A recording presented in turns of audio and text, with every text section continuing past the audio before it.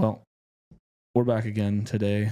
Hello, everyone. Thanks for joining us. I'm here with a new friend.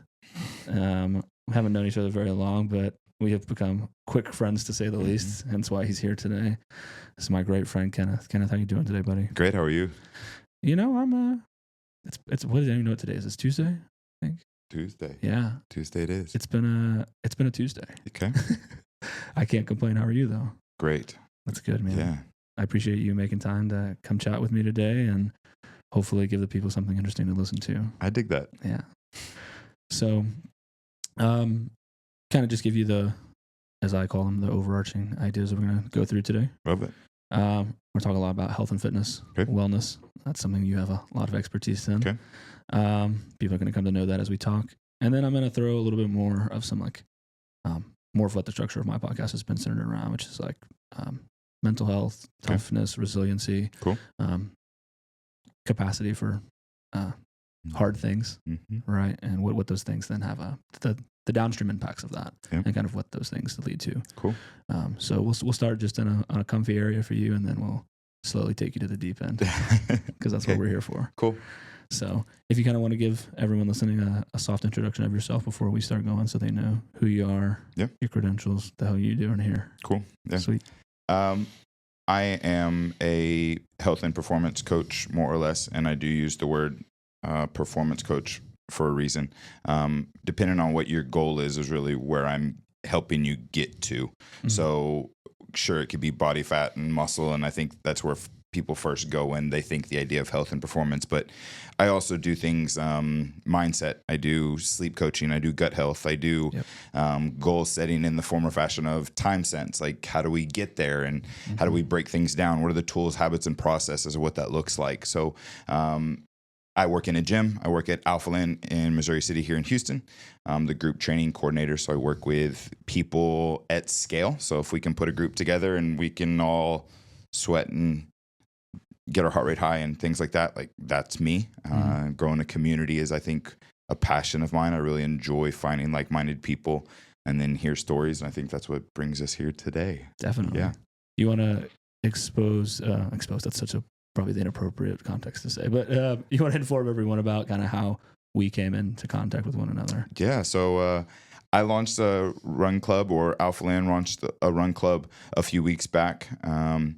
And we have a mutual acquaintance here that's equally becoming a friend of mine, but someone you've known for a long time that brought you over to the run club and said, hey, let's run. And we're both tatted. So I think initially I was like, okay, like we can go there.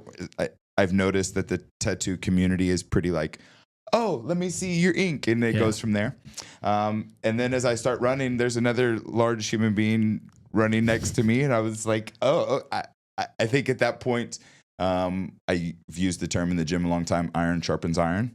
And so kind of runner seeing runner, and we're not small humans. So it was like, we started talking mid-run, and when you can start talking mid-run and make a connection in that, I've had lifting partners for the last 15 years in my bodybuilding career. So it was almost like having a lifting partner through a run.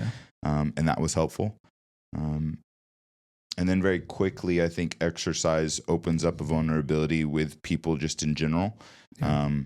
And that allowed us to kind of get, you say, friends pretty quickly. If we were talking like connection, you and I have probably had more connection together than some people have had with their friends over years. Exactly. So time is skewed for me, and I think it is ultimately just about connection.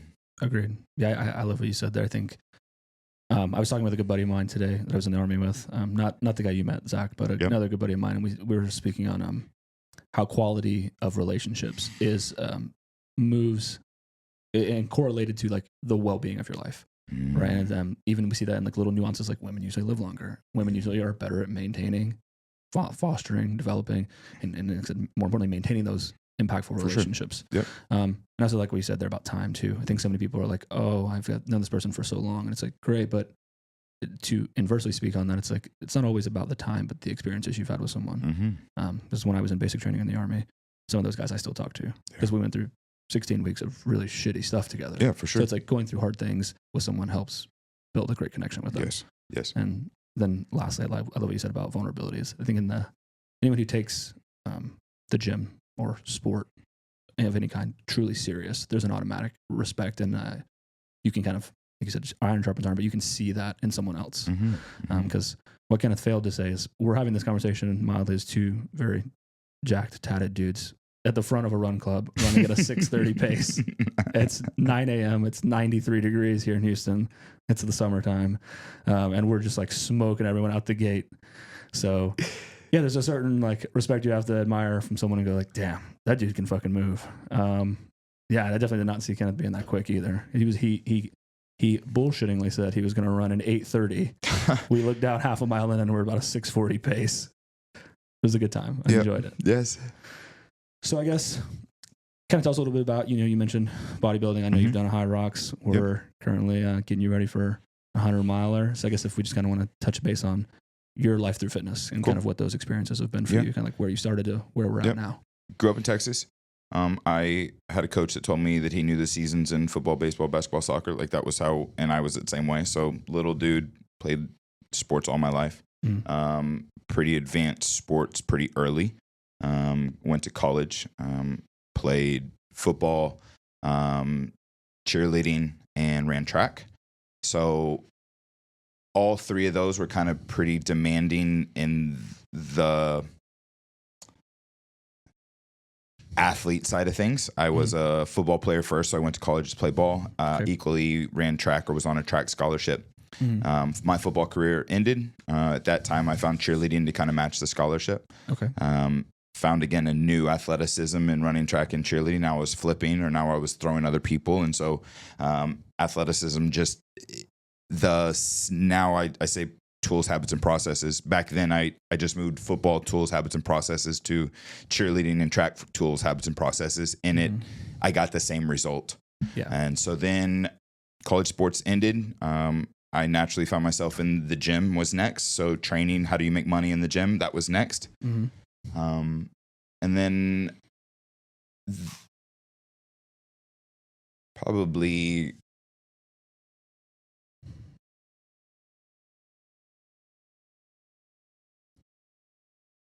the gym was the place that I have found the most self-work being able to be done through my life.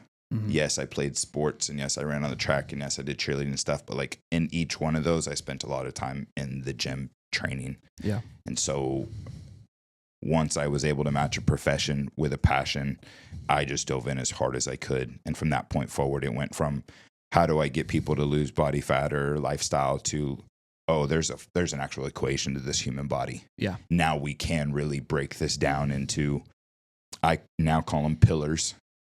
We have pillars of the human that if we will kind of like disconnect ourselves from the personal part of our body and like break ourselves down into pillars and go like, this needs to be addressed, this needs to be addressed, this needs to be addressed, we really can start making huge physical capacity just skyrocket. So now you said 100 miles. Did I ever think I was going to get to a point of running 100 miles? No. But if I look back over the last 34 years, I've been doing tools, habits, and processes and exercise where like this is just the next goal to challenge myself. It's connected to some emotional things, but this is just a goal right now that is going to take every single one of my pillars. I'm going to have to manage stress.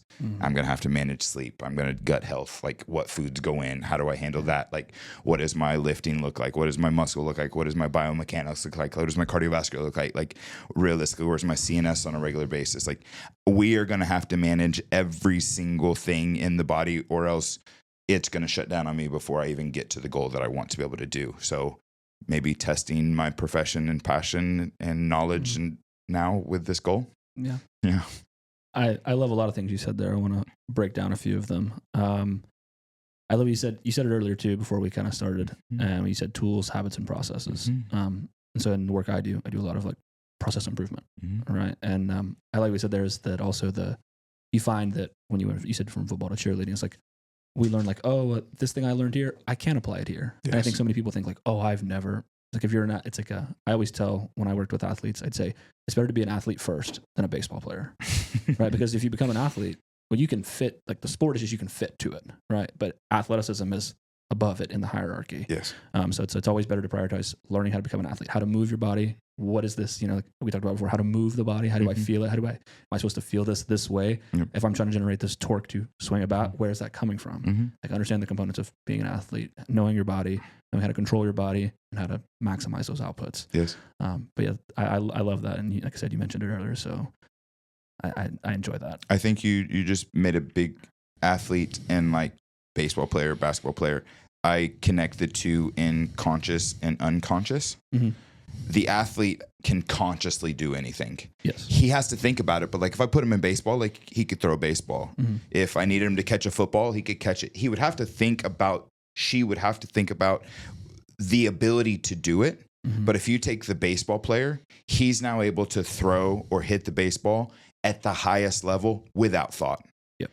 Or sick or in bad health. Like he now becomes the thing and doesn't have to think about it. Yeah. The athlete can go, okay, let me see you do it, or let me trial and error. I've done it a few times now. It's like the high rocks was one of those scenarios where I had never really done ski or rower. That was not a thing. Yeah. You give me 30 days on a ski or rower and I've mastered the thing just because like, okay, I understand mechanics. Okay, how do I make it more efficient? Okay, good. Like it takes time, and then now it's become unconscious thought, and that's where I think we get the specialties. Yep. Athleticism in sport, I think, comes for me in consciousness and unconsciousness, and that's where those tools, habits, and processes get to come into. If we are thinking about it, there's work in it, and we want to do that long enough to where then we're not thinking about it. Yep. Like that's the beauty. Yeah. Like you said, subconsciously. And I also, another example I'll present to where I see like other things in my life. I think a lot of people struggle with this to think like, oh, I only know this thing. I've only ever done this kind of job, or nothing I know about being a waitress could translate to the business world. It's like, that's, you know how to talk to people, you know how to navigate. Like, so you can see how these other things tie in. Yes. And the one I use with my son all the time is he's a big baseball kid. And I say like, I said, you're asking for a responsibility that's 100 miles an hour and you're struggling to hit it off the tee. Like if you can't hit it off the tee, there's no way if I throw it to you at 100 miles an hour, you're just going to barrel it up. Yes. Right. And I think so many things in our life are, where we can find those correlations of how to fit it to you. That's a common thing I say. It's like, I have to fit this to me. This advice is great, but then you have to fit it to you. Or this perspective or this skill is great, but you just have to fit it to you. Yeah. So I love that, man. So I guess more delving back into some kind of, I guess, just educational things for our listeners here. Or you talked about gut health, so let's delve into something on that. Is how important is nutrition to achieving your fitness goals, and what are some of the basic dietary principles that someone should follow? Yeah, the rule I'm currently on right now that's of this earth. Eat food that is of this earth, and the idea of get as clean as we can, or even if we were to look at nutrition labels, let's eat things that have less than 6 ingredients. And that sounds like, but like, there's nothing in a blueberry but a blueberry. Like there's one ingredient in it. Like if that makes sense. Like now if we're doing gut health, like I eat beef, I eat butter, I eat oatmeal. Like I eat singular things in combination, and that's where my body is happy. Now, over the years, I figured out like what goes better for me. Like I don't eat a lot of brown rice.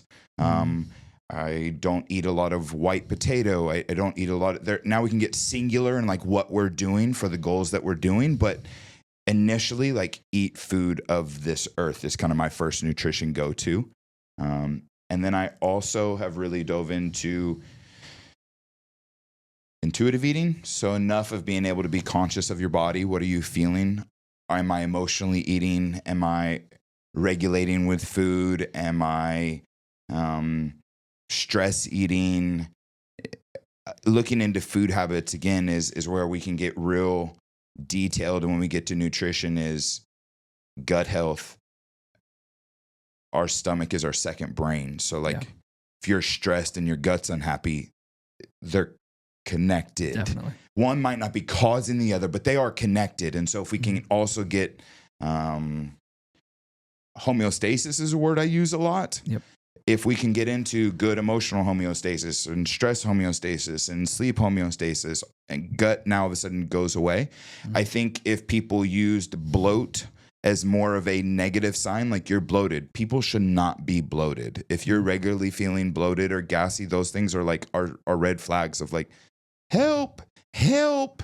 And I think we unfortunately look for external supplementation, digest aids and things like that to like make the bloat go away instead of like stop putting the stuff in that's causing the bloat. Yeah. And so I first go to like, let's clean the things up. That's where gut health for me really finds a home for sure. Okay. So with food, we'd say essentially whole foods, really. Yeah.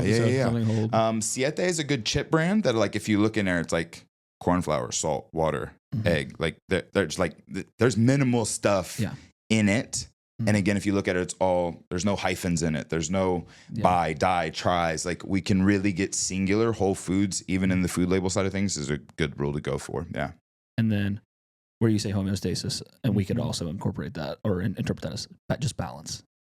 Trying to get the body as much as in balance as we talked about some yesterday. The body's always trying to like right itself. It's always trying to bring itself back to as much in balance as it can be. Yes, and I try and avoid doing balance because I think people initially go balance is 50-50. Balance is not 50-50.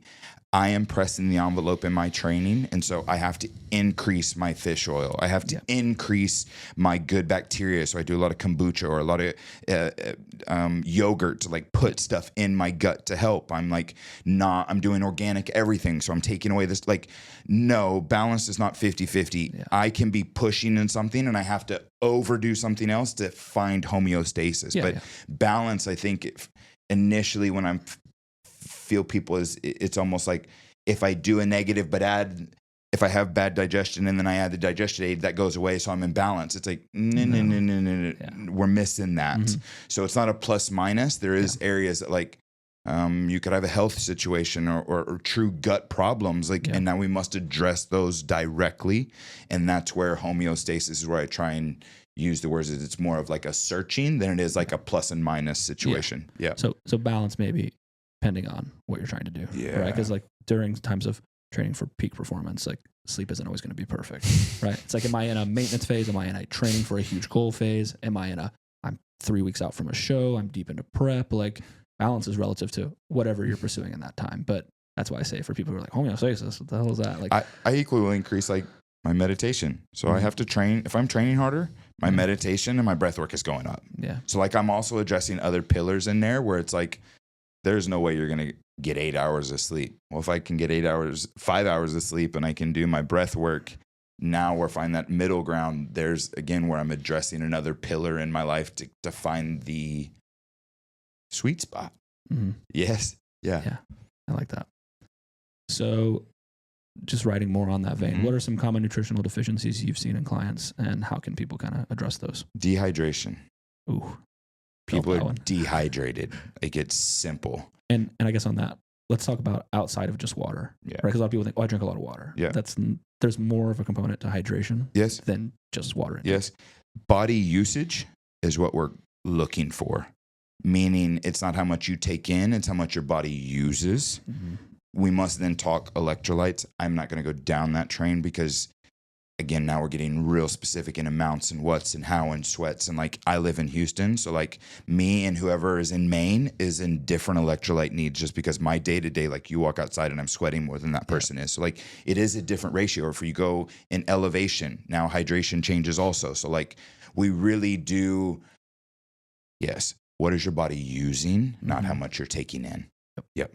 So mindfulness of, yes, drink more water. Most people need to definitely drink more water, but also mindfulness that hydration solely isn't around just the amount of water you're taking. You can drink plenty of water and water down your sodium system. Very much body so. Be overhydrated. Yes. Uncommon, but there's people who, I pound 2 gallons a day. It's like, great. Bodybuilders do it a lot.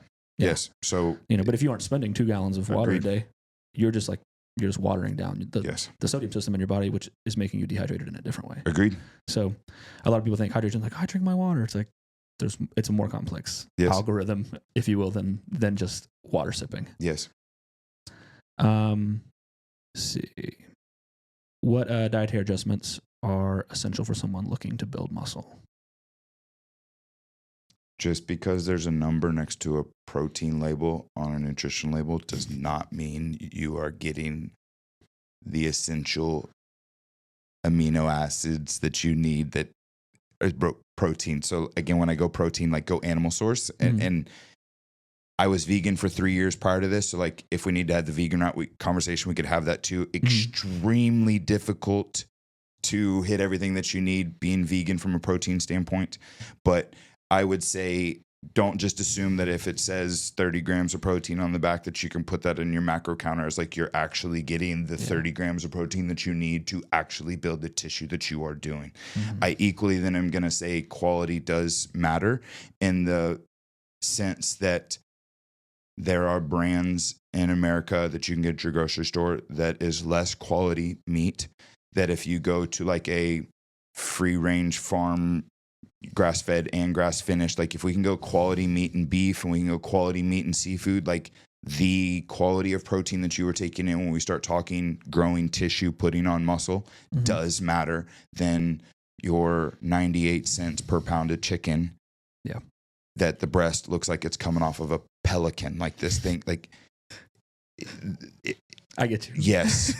Chickens are meant to be smaller than turkeys. Yep. Agreed. Don't get your chicken too genetically hormoned up. Yes. So again, I think from that we can take away is make sure you're getting quality protein if you're trying to build mass. Obviously, protein powders is a good way to go. Like just because it says 30 grams, like the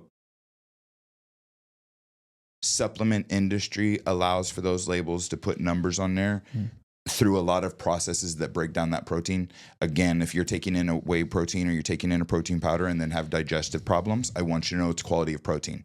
That's a simple one. Like, that's a good way to go on protein powder. Or if it's too tasty, key lime pie protein powder is a wonder of like how we got there. If you would go 20 years back and you were taking in like good true whey protein, it tasted like shit. It's like ass. It's horrible. It smells.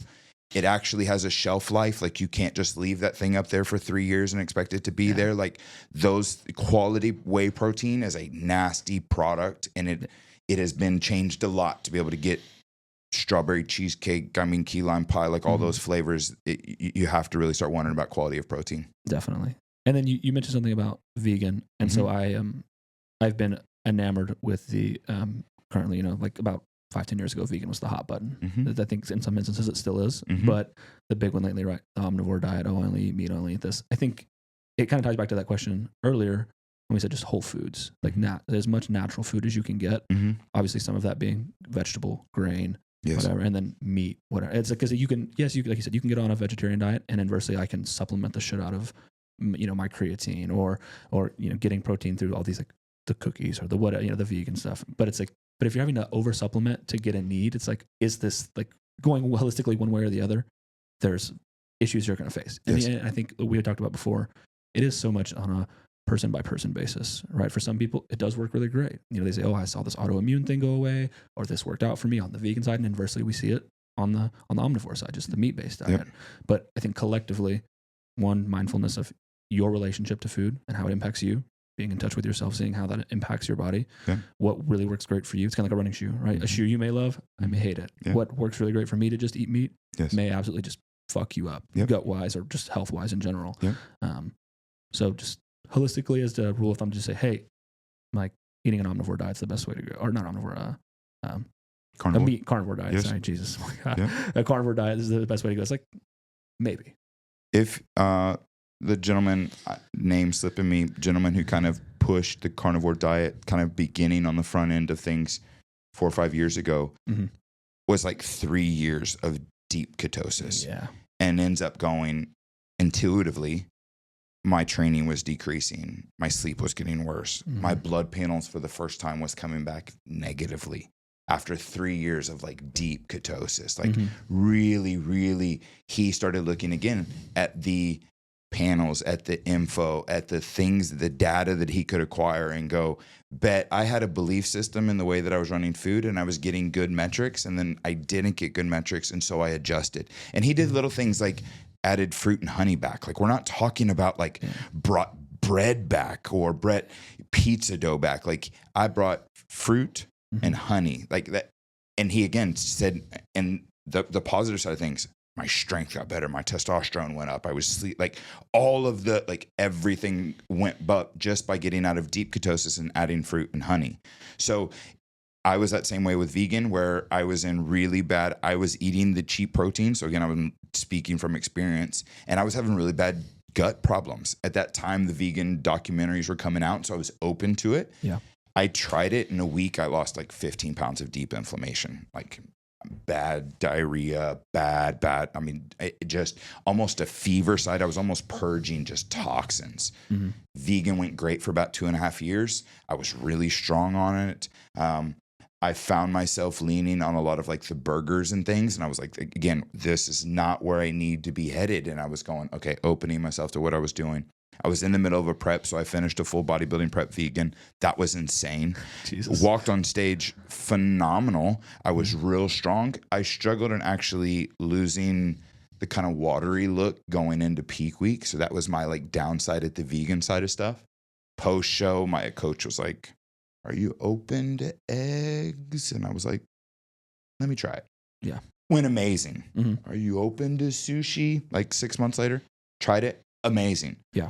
Then I was found myself at the grocery store, and I used to really crave sugar. I haven't craved sugar since not being vegan, or since going vegan. Mm-hmm. And instead of like standing at the cake aisle, I was standing at the butcher, and I was like looking at red beef, and I was like, "This looks good." Looks good, like yeah. and coach was like, "Grab a fillet, go home, 4 ounces, just see how your body goes." And it was like, oh. Soul food. Again, listening to the body. I was intuitively going, okay, I had a belief system. It worked great. It's no longer working great. Can I make adjustments? Made adjustments and found positive results. Like, that's exactly what we are doing as like a performance coach. Yeah. Yep. It's like you said, they're tools, habits, and processes, right? That hammer can be a hammer. It can be a weapon. It can be a self-defense mechanism, right? Like, it can help you build a fence, or it can help you break into somebody's car. Agreed. Right? Multi-purpose. Yes. Not condoning any kind of car breaking or anything like that. But the idea there, yeah, I get that. So I guess to kind of sum all that up is being in tune with the body, kind of seeing what works for you. It's easy to be like, oh, I did this and it worked really great for me. It's like, well, that may not work for someone else. They need to inversely like take ownership and care of their own health and want to be an activist for themselves, right? Like, I care about me and what's working well for me. Meat's working great. Too much rice or vegetables really aren't working great for me. I personally haven't had a hard vegetable in almost 2 years, and I'm doing great. Yeah. You know, but there's some people who are like, man, I haven't had a piece of meat in 2 years and I'm doing great. So it's just kind of like you said, being in tune with yourself. More on the food bit here, and I think we'll just do about 1 or 2 more of these. And are there specific foods or types of diets, we've kind of already hit that a little bit, that you'd recommend for those wanting to lose weight?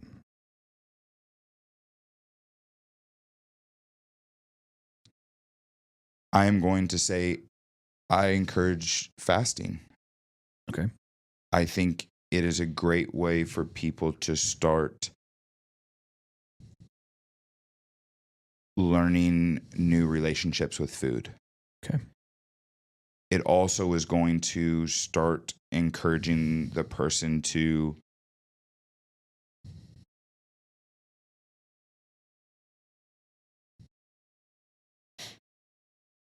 have to start planning food around time. And I think that's a big one. Most of us have been trained that the minute your eye is supposed to wake up, just get breakfast. Or if you don't like breakfast, you almost kind of denounce it. And so breakfast is like this teetering place of initial food, when I think we should look at our day as nutrients that I need to get in the day. And then also looking at your schedule, looking at how you really can do meal size, how you enjoy food, what types of foods you enjoy. Do you struggle with sugar? Fasting is a great way to kind of break some of the relationships around sugar or stress eating. And then all of the science that is around fasting, I would just encourage everyone to dive into, because I heard this described this way. If you look at the essentials from a macro standpoint, the macros, protein, carbs, and fats, if you look at the 3 macros, we have essential fats that the body needs. Like, you will literally, parts of your body will deteriorate if you don't get your essential fats.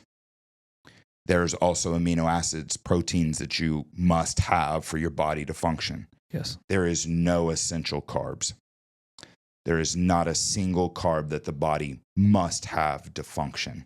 So not saying that everyone should go no carbs. What I am saying is like getting to a point where I think a lot of American foods are doused with high amounts of sugars, which is causing a lot more food addiction. And people are eating due to the food addiction, not like the need to food. And so fasting is a good way of just kind of starting a new relationship around food. Fasting's for one. Second, the other side of things, I think carnivore is a good route to go. I'm currently a lot more on the carnivore side of things. I will say that I do also do fruits and honey. So I do eat a lot of fruits and honeys. In saying that, that's an area that I'm extremely organic in. All of my fruits and vegetables are organic only. Yep. I want you to think that those things have very thin shells to keep toxins out. So when we're sprayed with pesticides, everything else, that absorbs into the fruit. Whether you wash it or not, that gets absorbed into the fruit. And so organic is a good way to like clear out some unnecessary things that our body's going to have to end up cleaning out later. Okay. So I like that you brought up fasting. I just want to poke you a bit on it and say, I think if we're seeking weight loss, ultimately we're just looking for deficit.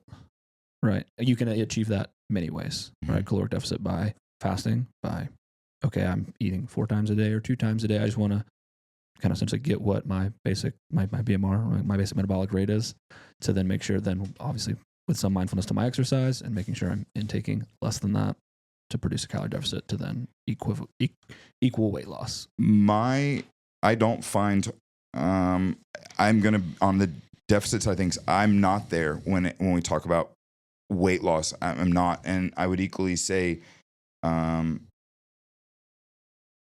if we look at nutrients, and that's why I said nutrients in food, and we have like a battery of nutrients necessary. And let's say that nutrients is 2,000 calories. Cool.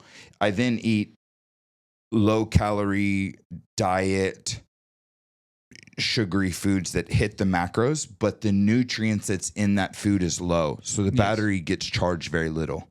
Then our body craves more food because it doesn't get the nutrients that it wanted. But if I can take that 2,000 calories and it's 98% dense full of nutrients, your battery gets recharged. Now, all of a sudden, cravings don't happen. I agree. All of a sudden, or even the body's even like, oh no, I could handle more food. So maybe like even nutrient dense food, you're like 2,000 crappy calories over here, but you could actually do like 3,100 calories over here. Calories change again because the body's now able to use new things that it hadn't been able to use. Perfect. So nutrients dense food. I agree on that. I'm saying is like, yes, obviously if we've all seen the thing. It's like, what is 100 calories of berries look like versus like 100 calories of a piece of candy, right? And it's like you get this half Oreo, a quarter Oreo, or you get this like bowl of berries, right? So I think nutrient dense food, but I couldn't inversely, if I'm trying to lose weight and I'm a 250 pound guy, I'm overweight, I don't have a whole lot of skeletal muscle. Currently, I'm trying to recomp. So I need to like lose weight holistically. There's a lot of fat on me. I couldn't just pound 4,000 calories of nutrients dense food because one, if I really started eating nutrients dense food from eating not nutrient dense food, faster. I wouldn't want to eat 4,000 calories anyway. But it's like even if I was me right now, I'm 200 pounds, I'm pretty lean.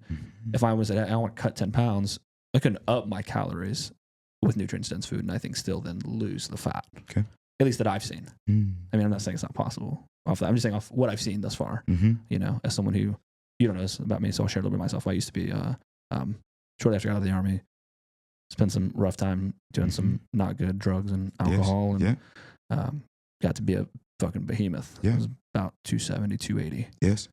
Versus what you see now, right? It's definitely very different. And I learned like macronutrients and learned about like, nutrient dense foods, and came from a background of family that holistically is pretty overweight. No one very healthy. So it was all like me going and trying to get this knowledge I didn't know shit about, even how to read the back of a nutrition label, right?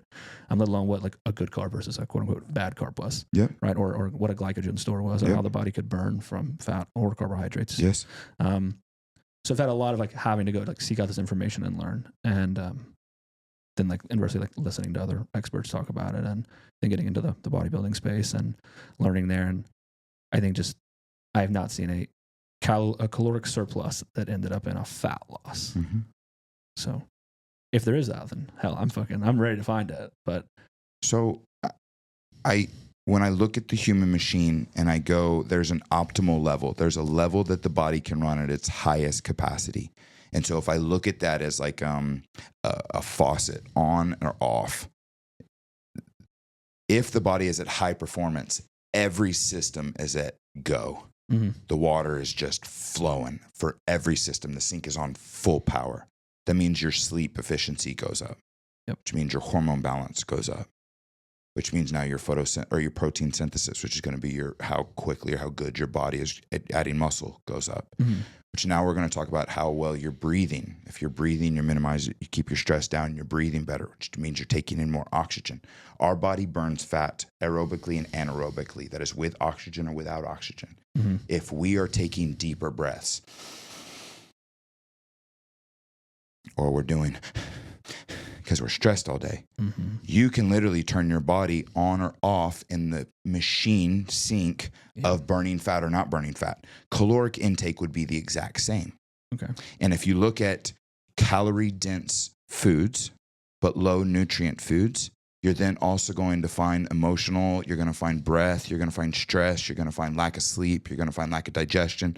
All of the systems are going to be almost no sink, no water. Mm-hmm. So now, same calories, but your body isn't good at the systems. It's almost asleep at everything. Different nutrients. Now, all of a sudden, every sink is on. Now we're full flow. Recovery's recovery. Lifting's lifting. Mm-hmm. And if we'll take ourselves out of like the need of needing to do it in a timeline, because we set things like 10 weeks, 16 weeks, 6 months. It's like, no. Just open your window. Yeah. Do this calorie surplus, nutrient food for 18 months. Mm-hmm. And don't stop. Don't stop. And what you'll see is like maybe initially there's some fat gain, but it's all of a sudden different fat. It's not like the jiggly stuff around the belly button. It's like the stuff connected to your quad and the thing connected to your chest. And so the fatty is even like more quality fat. Because if we look at fat as stored toxin, stored hormonal or bad hormonal, or just stored sugar and energy, then we can really start breaking down fat as like clean the body up and the fat will disappear. Now we're talking about training better and sleeping better and breathing better and digestion better. And all of a sudden we're gaining a little bit of fat, but then the muscle's also doing this. Mm-hmm. And so then sooner or later we get to a point where our resting metabolic, which is how much tissue we have on our body, also gets it. And now all of a sudden the 3,300 calories that was a surplus is like less of a surplus, and then less of a surplus, and less of a surplus, and then a deficit, and then deficit. And so now I think initially when we start deficit, we're trying to get rid of something when actually we should be adding more of the shit that fills us up in a good way. Okay. And so go more in the positive, get rid of the icky stuff, and then see where we fall. And I think that's a different negotiation with the body. Okay. Yes. I like that. It's an interesting way to approach the scenario. I'm all for it. I'm all for trying to learn something new. I guess, and then the last one on this is, where'd it go? My lordy, I lost it. I guess, could we just, for those people who aren't quite as aware, kind of break down what macros are and how to count? What is the ratio? What's a good percentage? Should I be at 30% protein, 30 carb, cool. 40 fat? How should I balance my macros in order to get me to what I want caloric wise? Love it.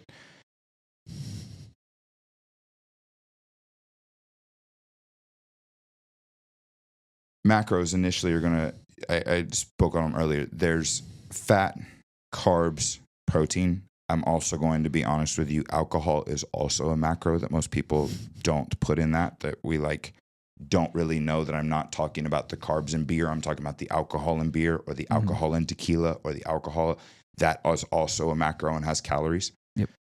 A macro is ultimately just a measuring tool of how many calories. So if you get a certain number of calories in protein, that's 4 calories per gram of protein. So if you get enough calories in protein, then divided by 4, that's the number of grams of protein that you're doing. Carbs is also 4. Fat is 9 and alcohol is 6. Okay. And so now there's a true calorie to those macros is how we actually get to total calories in a day. Then we also have to understand your daily metabolic burn and then your exercise burn. The thing that like your watch says is not your total number of calories that you're burning throughout the day. That's ultimately reading metrics within the body, and it's doing realistically heart rate and then knows some other metrics, and it's kind of throwing a number out there. Guesswork. Yes. Best. I have a good amount of tissue on my body. So the same person in my body weight, but less tissue, the amount of calories that they would burn sitting here in a chair is less. Yes. That is a number that is different for every person. And so because I have more muscle tissue on my body, if I was to sit here in a chair and do nothing, I'm going to still burn calories to do all of this stuff. Now that total number of calories that we burn has to be matched in food. If, like you had talked about, we do that equation correctly for the kind of exercise that we're doing, we can go into calorie deficit or surplus and really kind of hit to a goal. Yeah. I've currently moved to a running focused goal. My protein has now diminished as one of my lower macros. Carbs and fat are more in my high macros now. Yeah. When I was bodybuilding, fat was a macro that I kept pretty low just in general. Yeah. I more or less kept my fats at the essentials that I needed for joint care, hormone care, and brain care. Yeah. That's what I took in the calories of fats that I was taking in. Carbs is then where I would jack myself up with, am I training really hard? Am I doing legs? I take in more carbs than I am in my upper body days. If I'm in a rest day, then I'm taking less carbs because I don't need that energy burn. Protein's also a number that you shouldn't just jack up. Someone's like, I'm on 400 grams of protein. I'm like, you're pooping out 200 of it. Like, it's just, there is a number of protein that your body needs, and that is directly on how many grams of, or how many pounds of tissue that you have on your body. If you want more tissue on your body, you have to eat more protein than you are in surplus, because the weight training that you must do to get the muscle requires protein to grow. Yep. So if the goal changes, your macro percentage must also change. If you desire more of a aerobic or running cardio-based workout, you need to look at less protein, more carbs and fats, which are your energy source protein, your macros. If you are weightlifting strength-wise, you need to address protein as an essential macro, and carbs and fats are something that you're simply doing for your energetic demand. What do I mean by that? Powerlifting, you're eating a lot of carbs right before it, and they're real quick carbs, sugar, honey. Then afterwards, you're eating rice and things because they're slower eating, more slower thick. Yes. Carbs, yeah. So there are purposes and like what types of carbs and things like that. But if the goal is set in a specific cardio or lifting or muscle gain, the macros must also adjust towards the goal. So the right macro breakdown is, like we said earlier, dependent on what is balanceable, depending on what you're doing. Yes. Let's do most runners. You and I were at Memorial Park this weekend. Most of the runners we saw were a lot skinnier. Yes. Still our same height, but a lot skinnier, and we're more runners. Their protein content is going to be low, but their carb content is going to be pretty much you and I, because they're running what we're running, or even more because they're running faster than us. So they are more in a sugar burn than we are in an air burn. Yep. That happens because they have less muscle. The more muscle you have on your body, the more oxygen you're required to keep up. So you and I have to have stronger lungs to be able to do the same capacity that they do, because they just have less tissue on the body. Just less like we talked about with the power on the running. It's like less force per step, essentially, because they're moving less weight. Less. Yeah. It's like, how quick can you move 10 pounds? It's like, I can rip it up in 2 seconds. Well, rip it with 100. It's not going to move that fast. Yes. Right? Yep. So I guess what that is, we can say is, for macros, so much of it just depends on what is fit for you based on what your sport or activity or lifestyle is at that time, and inversely, the goals that you're trying to accomplish simultaneously. I like that. For, I guess, the other two portions of kind of diet, we've talked a little bit about, okay, how do I lose some fat, whatnot. But we've also kind of inversely kind of hit on sleep quality. So it's if you want to talk about some of the impacts or the major components of sleep. Yeah. I am going to talk about being able to get to sleep as number one, kind of that I address. 2, what is the quality in the middle of what you're doing and sleeping? Yep. And then realistically, a audit system when you wake up to be able to tell backwards what was the night before like.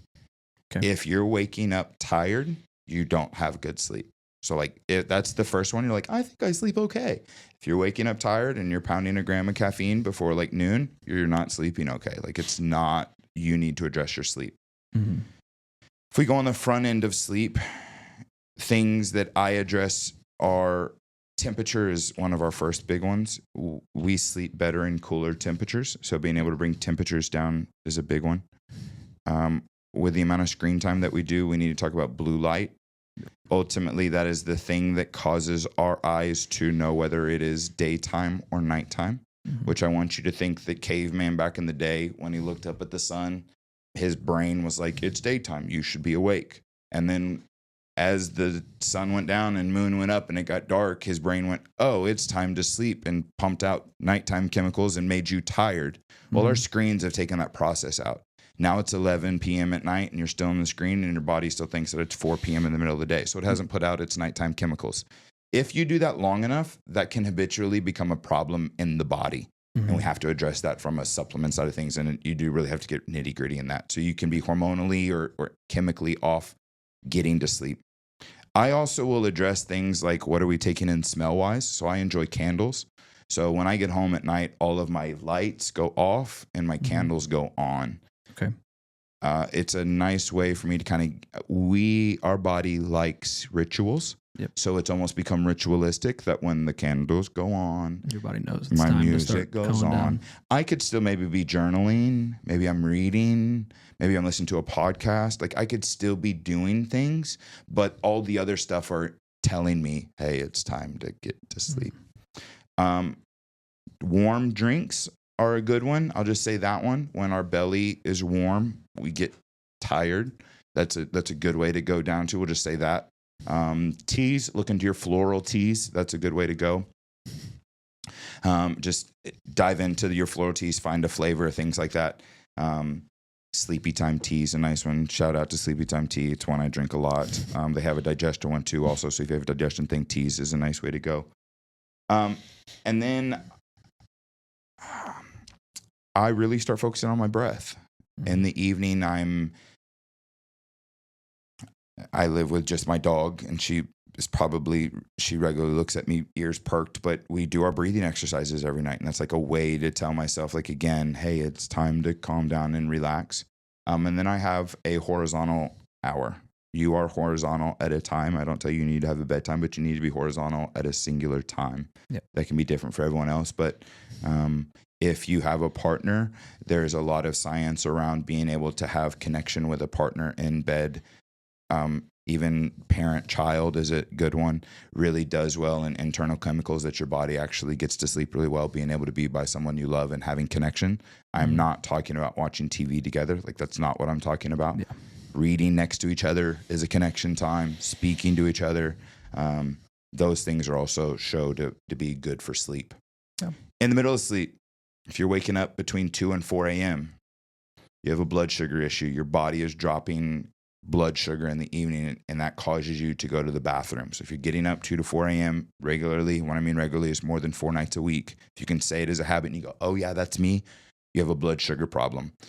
Ultimately, that has to do with how well your body is addressing blood sugar. That can usually be partnered with blood pressure, not very good cardiovascular health, bad hydration, those things. If you're waking up at that time, that's kind of a known time. We have blood sugar issue. We can introduce food. We can do other things, but getting a healthier body, that'll help with that peeing at 2 to 4 a.m. So we can address middle one. Sleep apnea is very common. People love to throw out how unhealthy the United States is, but then when we're like, oh my God, why don't you have sleep? Being overweight and sleep apnea is almost correlated. It's very correlated. One doesn't cause the other, but they're correlated. I mean, it's almost guaranteed that you have some level of sleep apnea. Ultimately, sleep apnea is how many times your body is holding its breath and for how long a time period throughout the night.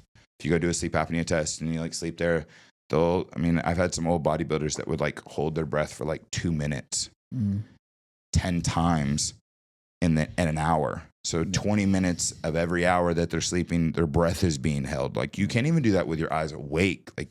You're doing that asleep. And again, you wake up tired. Sleep apnea is a big one. Again, let's dive into general health. Yes, quality of sleep there. If you are waking up still tired, but you felt like you slept, then we need to talk about how well your body is getting into sleep. Directly connect that to general health. If you go get a blood panel, there is something in your blood panel that is off from a general health standpoint, and your body's not getting REM sleep. Yeah. Your body's not getting into sleep.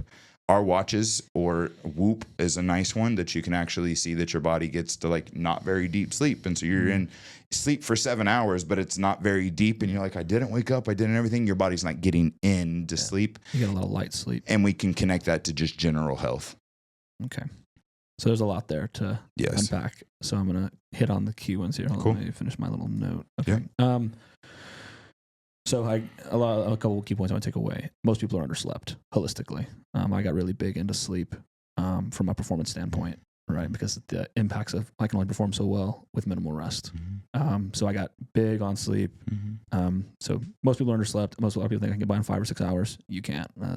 They've seen data studies show that less than 1% of people can function optimally on less than 7 to 8 hours. So if you're like, oh, I'm a 5 to 6 hour guy, it's like, great. I'm not saying you can't get your shit done, but you could do it even better if you got more sleep. For sure. To build, where'd it go? Okay. Cool room, yes. Cool temperature helps the body sleep. Love that one too. Blue light actually impedes the melatonin production. That's where you were saying, it's like, oh, the sleepy chemical. It's like, yeah, our brain thinks with blue light, it impedes the body to realize, oh, like, it's nighttime. I need to start producing melatonin so you can actually go to sleep. So yeah, stay away from your blue light close to bed. My son's doctor says like an hour before bed, cut blue light out. Like no TV, there's glasses no on Amazon. So again, like if you're not ready, I'm not telling you to get rid of your phone because that like trigger. Just get some glasses. It's okay. Yeah, and that I was confused initially when you went with a smell, but some doctors I've been a big fan of and listened to their podcasts over the last few years talk about it as like a trigger, right? It's like we talk holistically how the youth underslept, they're laying on their bed and their phone just till like knock out. It's like if you can build these processes in place, tell your body, no, hey, that smell, it's time to get ready for bed. Oh, this I enjoy sweet smells, so it's like vanilla and pumpkin spice and all those. I enjoy those. For me, it's like I put a sleep mask on, so my brain knows, oh, sleep mask, it's time to get we're going to sleep. Yep. You know, like build these like triggers in place in order to help, whether that be breath work or whatever. And Alex Ramosi says, he's like, we always use alarms to wake up. We should set alarms for going to bed. Like, so get to bed at a reasonable time. Like I said, like, get in bed, put away the phone, put away whatever. I started sleeping without my phone in my room a couple years ago. Yep. Life altering. People say, well, what if, we can what if our way to hell and back. If somebody calls you or whatever else at 3 or 4 in the morning, like, you know, what's the chance that you're actually going to maybe be able to do something to change it? Anyway, and they do still make normal alarm clocks at Walmart. They do. Yeah, it's a real thing. You can still grab one of those. Yes. Anyone younger than us is going to be like, the hell, an alarm clock? You mean my phone's not going to wake me up? Yeah. Right. At least, or if you put it across the room, like, get it away from you. Get up. Yeah. Put it out of reach. Yeah. So I have like my triggers like sleep mask, shower or sauna, right? Get the body hot and then let it come down. Yep.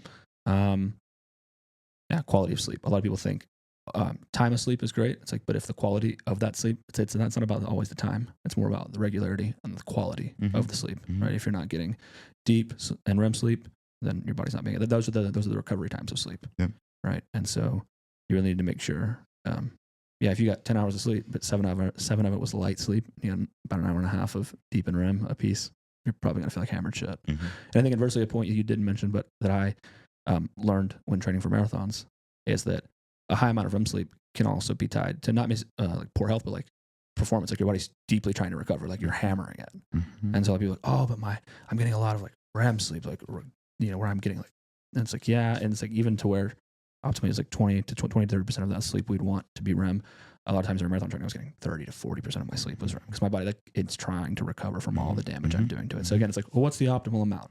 Well, it depends. What's the balance? Well, when you're running 40, 50, 60, 70, 80 plus miles a week, you know, like your body's going to be getting sleep more, right? Train more, you're probably going to need to sleep more, right? These things move at the same time. They aren't just, I can turn up my training and not adjust my nutrition or adjust my sleep. Like these things need the adjustments too.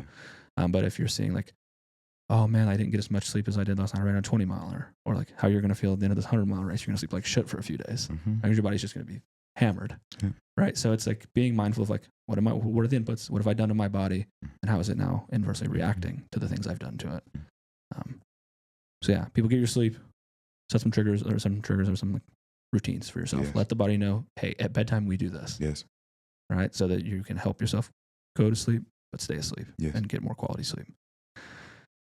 Okay, so that's a lot on sleep. I love that. I think it's the most over neglected thing. I think we're willing to take away from sleep before anything else. Mm-hmm. And again, balance is relative. Like, hey, if you're starting a business, you're starting a company, maybe 8 hours of sleep isn't the thing for right now. Mm-hmm.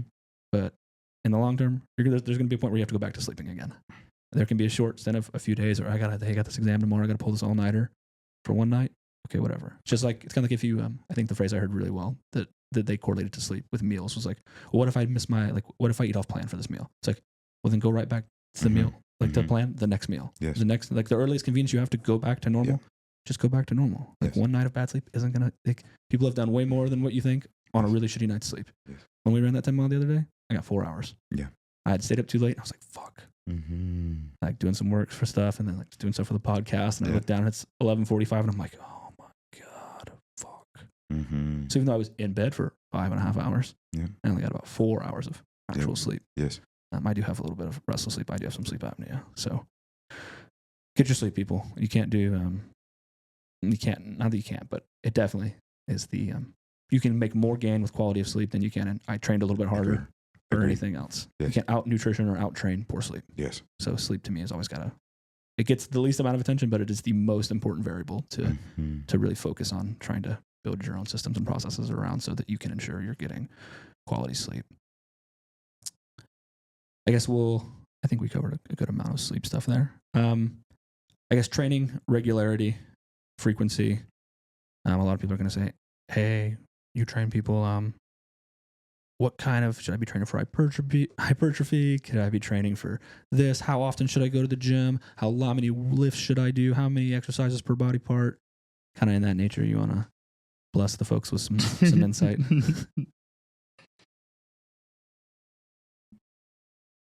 think you just want to use a general. Yeah. Like, and then obviously fair caution is, it does depend on, we can preface by saying it depends on what you're training for. But as a safe rule, if somebody's never been in the gym, hey, I just want to get in the gym. I don't know shit about the gym. How frequently should I train? How many exercises per body part? How long should I be in the gym? Most people are not training hard enough to be able to be focused on how often or what they should be doing. I'm going to be real frank with you. Yep. You must be into 60, 70, 80% of body capacity exertion for your body to need to have any true optimal amount of rest for me to be able to say you need to do upper body once a week because you trained it so hard that you're going to be detrimental if you train it again that week. Mm-hmm. Most people are not there. So do the thing that you can repeat forever. If that's 4 days, because kids have games on Tuesdays and work doesn't allow and you can get there 4 days, then you need to be able to figure out how to hit your entire full body from mobility, strength, functionality, your biomechanics, and cardiovascularly. And if you can hit all of those metrics in your 4 days, then that's what you need to do. Now, if you're going to do those 4 days, then like I would advise probably breaking those scenarios up. So planning some rest. But then if you're just as planned on your rest, then like you should be able to push the envelope. If on your rest days you're not resting, you're screwing up anyway. So like, what are we talking about? Training splits or things like that? Or what's your favorite split? Push, pull legs or whatever. I'm in this scenario. I need frequency. Mm-hmm. So I need you to do it over and over and over and over and over and over and over for months. Mm-hmm.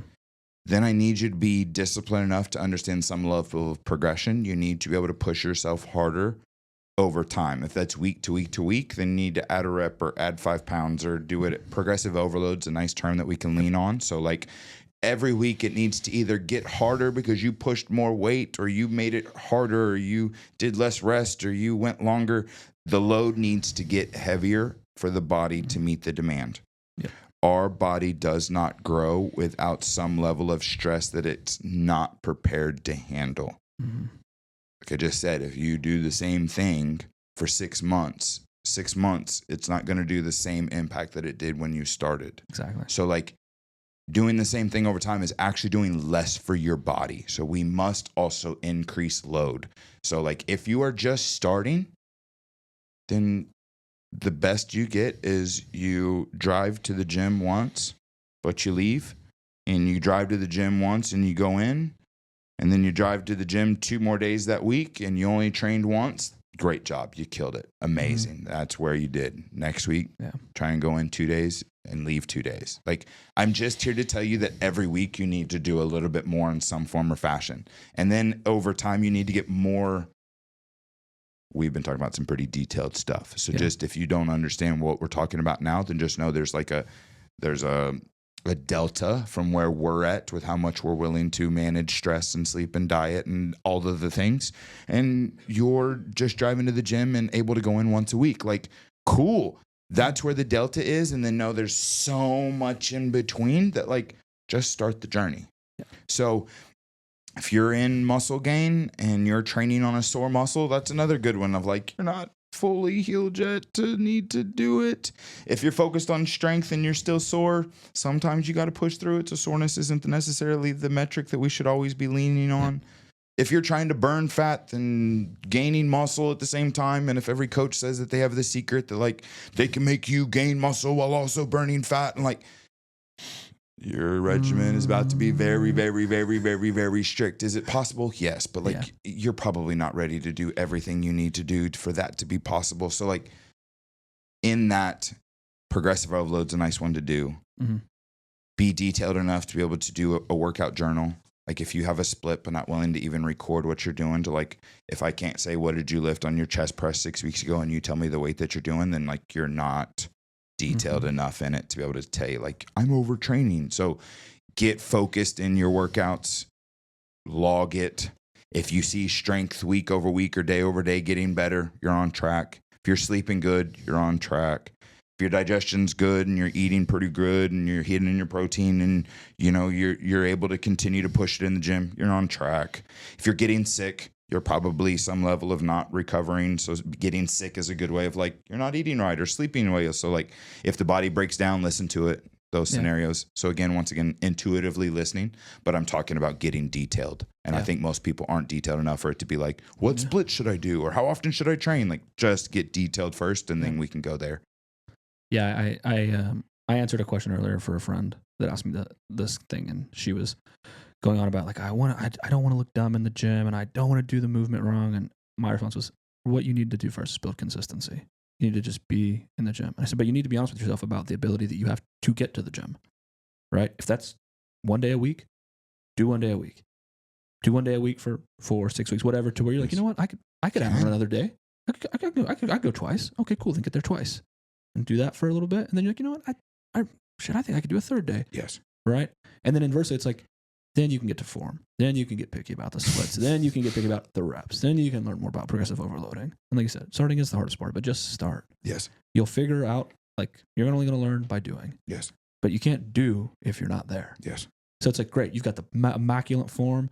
You're whatever, but you go to the gym 1 time a month. Great. Who cares? Good, you don't look stupid. You're never there anyway. So what does it matter if you look stupid? Mm-hmm. Like, focus on the right thing. Set some goals and create some structure. Like you're saying now, like a lot of people go in the gym, don't have any idea what workout they're going to do, what body part, like nothing. Like so consistency, I think, then structure. I'm going to shoot myself on the foot on this one just due to my profession. Get on ChatGPT. Like if you're wanting to know a general beginning program, like put in your stats. I'm 24 years old. I'm a male. I'm not really lifted. My knees hurt when I squat. I don't really know. I'm not very flexible. ChatGPT, will you write me a 3-day-a-week workout program that is some weights and cardio? It'll give you enough to just get started. Yeah. So our technology right now has taken away info as your excuse. Yeah. You can get info and just start there. Yeah. It's a great way to get in, follow a program. Get to a point where you don't have to ask someone what exercise it's talking about. Yeah. If it says leg extension, you don't know what machine to go to, we got a lot of learning to do. Yeah. Like that's where we can start. Yes. Is there's almost a surplus, not almost, there is a surplus of information. Yes. And so many people are like, well, I don't want to do the wrong thing. It's like, you know what? You know how the people who got it, who get it right now, got it? Yes. Because we did it the fucking wrong way yes. for so long. So it's like, because you can't just like think you're going to arrive at the, hey, I'm starting this thing. Like when I started podcasting, I didn't know fuck all about like what was a mic and like what was this cable that's here, you know, and like what kind of camera, what does this lens do? What's, you know, fucking lighting is expensive. Yes. Right. But like, I was like, well, if I would have tried to wait to start till I knew everything I needed to know, we wouldn't be talking today. Agreed. So don't wait for the right time or have all the knowledge you need to know. You're going to learn the most by just doing the thing. Yes. So do the thing, whether that's the gym, I want to learn the skill, I want to do whatever it is, just do it and start. And, you know, it's like, I'd rather look, I ended the conversation by telling her, I'd rather look dumb now and know it for the rest of my life than be too scared to ever start and still 10, 20, 30 years into my life, still not know. Like sacrifice what I want now or my pride now or my fear now for what I want later. So, kind of meet some attainable goals, build some consistency, have some structure, progressively overload. Like we said there, we're going to bring this back later. Growth from a muscular standpoint requires like more load, right? Like I have to go just beyond the capacity of what I can handle. It's like, how do you learn? Well, you learn by, okay, I know this much. Well, let's go just a little beyond that. Let's challenge what you know just a little bit. And we'll do it again later. And inversely, though, for anyone who's starting, it's like, oh, I didn't. Maybe you finally do get to work with a trainer, and you got somebody like Kenneth kicking you in the ass every day. If one day you can't hit the lift, that doesn't mean that you won't hit the goal, right? I think I had a really hard time accepting that in marathon training. There were times where it'd be, hey, run at this pace for 4 minutes. And no matter how hard I pushed, no matter how like whatever, there was some days I just couldn't get to it. But that didn't mean that like 16 weeks from now, I still won't be able to do the race, right? Because like, maybe I'm a little bit more fatigued. Maybe I'm a little bit more stressed. Maybe I didn't eat as much as I should have that day, right? And so many people want to just look at it and be like, it says 4 at 250 on bench. And 225 smacking my ass. And I only got 3. It's like, do you push the body that day? Then that's all that matters, right? A lot of people want to focus on if I didn't hit every rep at every set at every weight, then I'm going to fail. I'm not going to lose the weight or I'm not going to get any stronger. It's like, that's not how it works. If your program currently, you are able to do everything on your program is not hard enough. Yeah. Got to challenge yourself and just start. It's always the idea. Just start. You don't have to do it right. You don't have to know exactly what you're doing against many thoughts, even though we look kind of scary in the gym. The gym is such like a loving community and people are going to be there to help you out. And don't take it personal. Someone's like genuinely trying to offer you assistance. They see you doing something crazy in the gym and they're like, hey, I can tell you maybe don't know what you're doing. So I just want to help you out and say, hey, da-da-da-da-da. And if you see someone who doesn't know what they're doing, don't be a dick at the gym, right? That's for people, for those people who are an asshole. Don't do that because we were all there one time. We know what the fuck we were doing. If you are not in the gym right now and you're getting started, I do want you to know currently, I've been in the gym now for about 25 years or so. And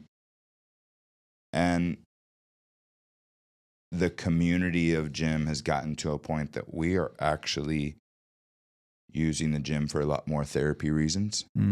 We are there navigating our own journey and would actually love to welcome you into that process if that's what you're leaning into the gym for. Yep. Then it is really about critiquing too much anymore. I cry quite a bit in the gym. And so, like, it's not weird for someone to see me squatting and start crying. I want you to know, like, we're all navigating our own journeys in that process. So, like, don't look at what I have on the bar. Look at, like, how I'm going about it. I've been doing it that long, and that's why I'm at where I'm at. Lifting-wise, strength-wise, rep-wise, mileage-wise. But, like, understand the struggle that you're feeling at your process. I'm feeling that exact same thing. We're just at different times, journeys in our like process. I'm still hurting as bad as you're hurting. I want you to know that. Like I still am. It's not easier for me. I say like I don't ask for the load to get lighter. I ask for my shoulders to get stronger. Agreed. I had a tough relationship with that with running. When I first started running, I was like, man, how the fuck is this guy running that fast? Like, and it's like, guy's been running 10 years. I've been running 18 months. You know, it's like, so of course my easy pace, he's running a 7:35 with a 140 heart rate. It's like, I can run a 7:30 something, but it's not going to be at a 140 heart rate. And it's like, He's got 10 years of that. Thousands and thousands and thousands and thousands and thousands of miles that I don't have. Right. So it's not that I'm not capable or I'm not good enough or I'm not trying hard enough. It's just like I said, I'm not there. Like there is, there's levels to it, as they say. Right. But at one point he was feeling the same struggle that I felt. And to run it that easy means, like, I think a safe way to look at it is like, you're like, oh, my lat pull down's at 30 pounds. Like your lat pulling 150. It's like, so imagine how hard I've had to push to get to that. Right. The master will never become the master unless he's willing to be the fool. Yeah.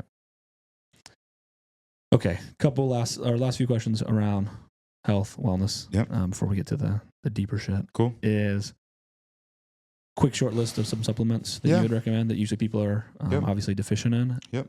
And then, okay, we'll go with that one first. Cool. Start off, multivitamin. Our foods in general are not giving us the nutrients that we are getting, so multivitamin is a good way to go. There is a difference between male and female multivitamins. Men do not take females. There is things in there that we should not be having and vice versa. And so the scenario, female multivitamin is an essential that if you're going to separate the two, there is a difference. Some level of fish oils. I'm cautious in there is a difference between having fish fat and fish oils in fish oils. If you look on the back, there's actually an IU breakdown, which is ultimately the units of how many beneficial things are in there. There's a few different of them, but I want you to know that you can actually just be getting a fish oil, Walmart and those areas type of qualities, or you are just taking in fish fat. Like, yes, it is a fish oil, but you are just taking in fat. And so it doesn't have the purpose of what those fish oils are for. So quality is also important. So fish oils is one. Digestive enzymes. Most people don't have the gut that they need to be able to digest the food that they're doing. So digestive enzymes is a big one. Okay. Vitamin D is another one. Most people are vitamin D deficient. I'm not going to say and why. I will say one of the big sciences is we're spending less time outside. So we are becoming inside community, and that has made a large impact on our vitamin D. So that's a big one there. Creatine, I'm not going to say type yet. I'll just say creatine. You should be on creatine if you are in some level of exercising. And I won't even separate the two. You should be on creatine. If you are taking in quality food, then you could be getting a good enough amount of creatine. Don't need a supplement, but let's just do a supplement of creatine. It's never going to hurt. Never. Yep. I will say a electrolyte supplement. I use LMNT as the brand. Yep. They're literally, when I say that, it's 4 letters, LMNT, when you look at the brand. So I take it in the morning. I drink it with my water. When I'm first waking up in the morning, it is literally the first thing that I drink. We're underhydrated, so I talk about it like, yes, just it's a nice way. Drink your supplement. It's simple. And then I'm going to say some level of superfoods. Most people should be on a type of superfoods. Greens, beets, turmeric. There are things that we can take in powder form that I'm just going to put in a category of superfoods that we should be on. It's really good. Again, we're not getting high nutrient food, so it's a nice supplement in what you're doing. There is different reasons and why you're doing it, but like beet powder is great for people who are lifting. It increases pump, blood flow. There's benefits in that. So like superfoods is another supplement that I think people could really benefit off of. Okay. My last one's zinc. Zinc's going to be one that I say most people should be on zinc in some form or fashion. Those are a good one to go to. Yeah. Okay. So we've got fish oil, multivitamin, D3, as we said, creatine. I say monohydrate, creatine monohydrate. On volume of how much, 5 milligrams a day is safe. You can take 10, but there's no. We've seen studies. There's no need for loading. Whatever, you just take 5 milligrams a day. Even helps with cognition, brain fog. We actually see it have repressive effects for depressed. So even if you're just a little stressy and depressed and sad, just start taking 5 milligrams of creatine a day. It'll help you out. It doesn't make you hold water. Yeah, there's no. The supplement ultimately is carried through your body through water. So it talks about drinking water because it helps with absorption and like helps in like delivery of the process. But like it doesn't make you hold water. So ladies, you can take creatine. Yeah, yes, definitely, ladies, take your creatine. Shout out to all the women out here. Take your creatine. So multivitamin, turmeric, D3, fish oils, creatine, a superfood, zinc. I think those are all good. And then last one on this, it's like 2 questions in one. But what are some of what are the most common misconceptions people have about fitness or dieting that you often encounter? And then, what advice would you give to someone starting their fitness journey. We've kind of briefly touched on that, but really just to help them kind of stay motivated per se. Yep.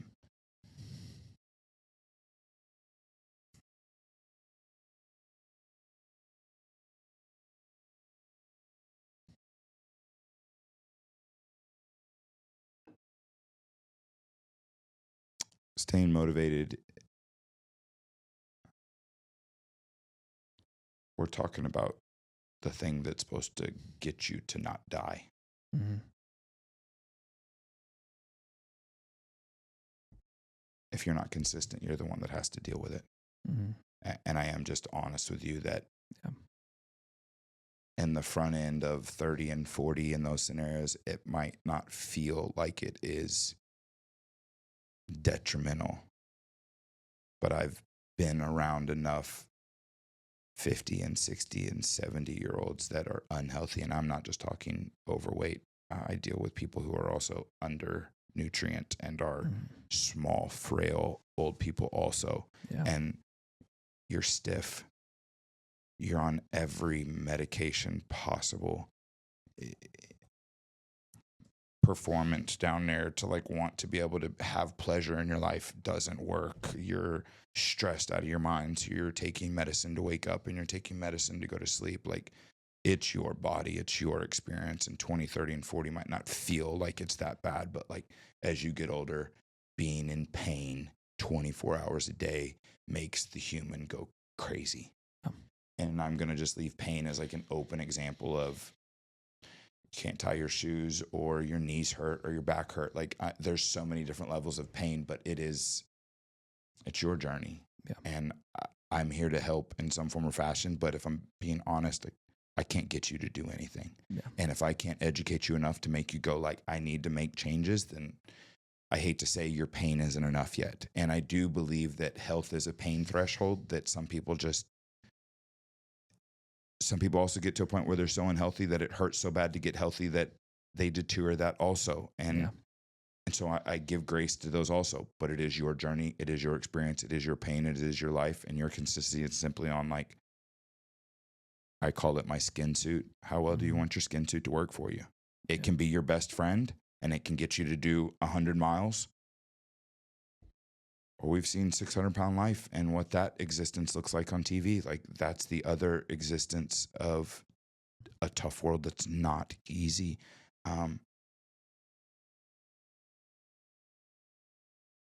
It's yours. Yeah. Be as consistent as you desire. If you want to change your existence, it's not going to be easy. Like tip or like helpful, look into primal movements. Everyone should be able to do primal movements. And what do I mean by that?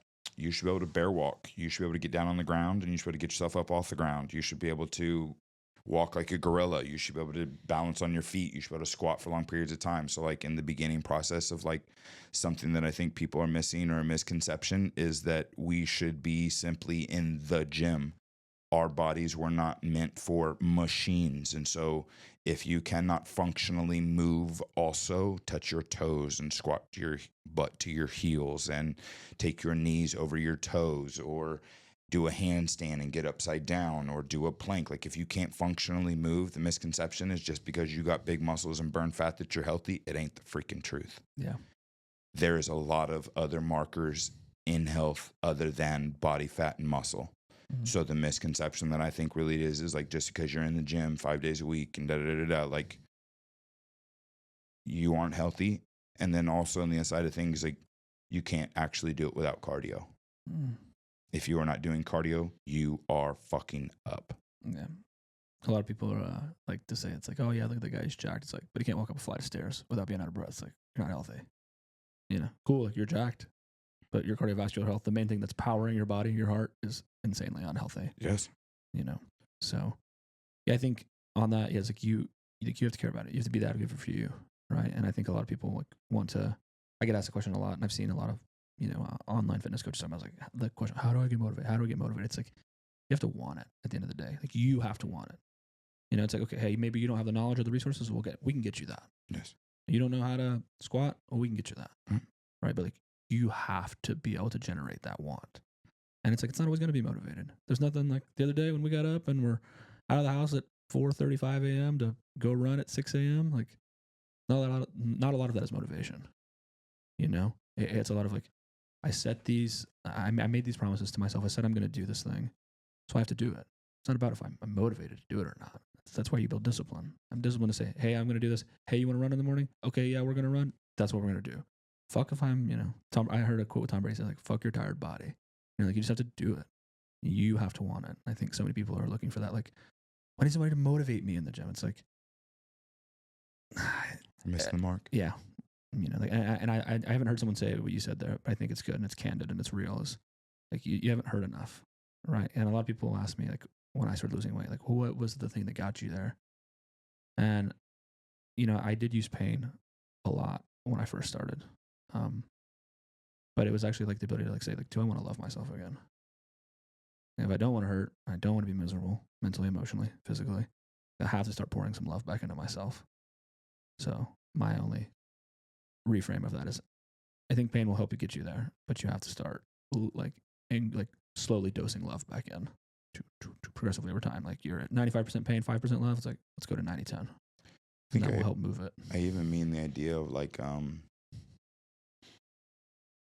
you don't want to get up and start walking. Your knees don't hurt bad enough yet then to lose the weight. You don't want to get up and stop. You don't want to start dieting. Then, like, I've been over 300 pounds 5 times in my life. It's all been for bodybuilding, but like, I've been over it, and I would like snore while sitting, like, like trying my shoes. I used to have my now ex-wife, but my wife at the time would like tie my shoes. Like, I couldn't get down to like get down there to tie my shoes the whole time. Yeah. If you look at like overweight or high blood pressure, it's directly connected to erectile dysfunction for men. So like, I hate to say it, but if you're an overweight young man and like it ain't working, it's not going to get better. That's only going to happen 3, 4, 5 times where it's not going to work for you. And you're finally going to go like, all right, I'm going to do something to change this. Cause like the next time I get in this situation, that thing's going to work for me. And so like, when I mean pain, like, there just hasn't been enough discomfort in your life to cause you to do the other discomfort to change it. So like, it isn't there yet. That's okay. Yeah. Like, hasn't been enough disruption for you. And I think, like you said at the beginning, it's like quality of life. Like, what kind of quality of life do you want? And like we talked about on the run the other day, it's like, it's a privilege to be in this position. It's where like I can just go run for 10 miles. It is. And rather than saying like, oh, I have to go run, it's like, I have the ability. My body is in the shape, struck down the word, but like, I've put it in the position to where like, I can just go do this. Yes. And it doesn't like wipe me. At all. And it's like, and that's the kind of, like you said, that I think of, I see like older guys in the gym, they can't, like they're struggling to get down there and tie their shoe. And it's like, fuck, I don't want that. It's like, so whatever I have to, it's like investing, right? Like, I'd rather invest it now, start putting the dollars, the pennies, piling them away.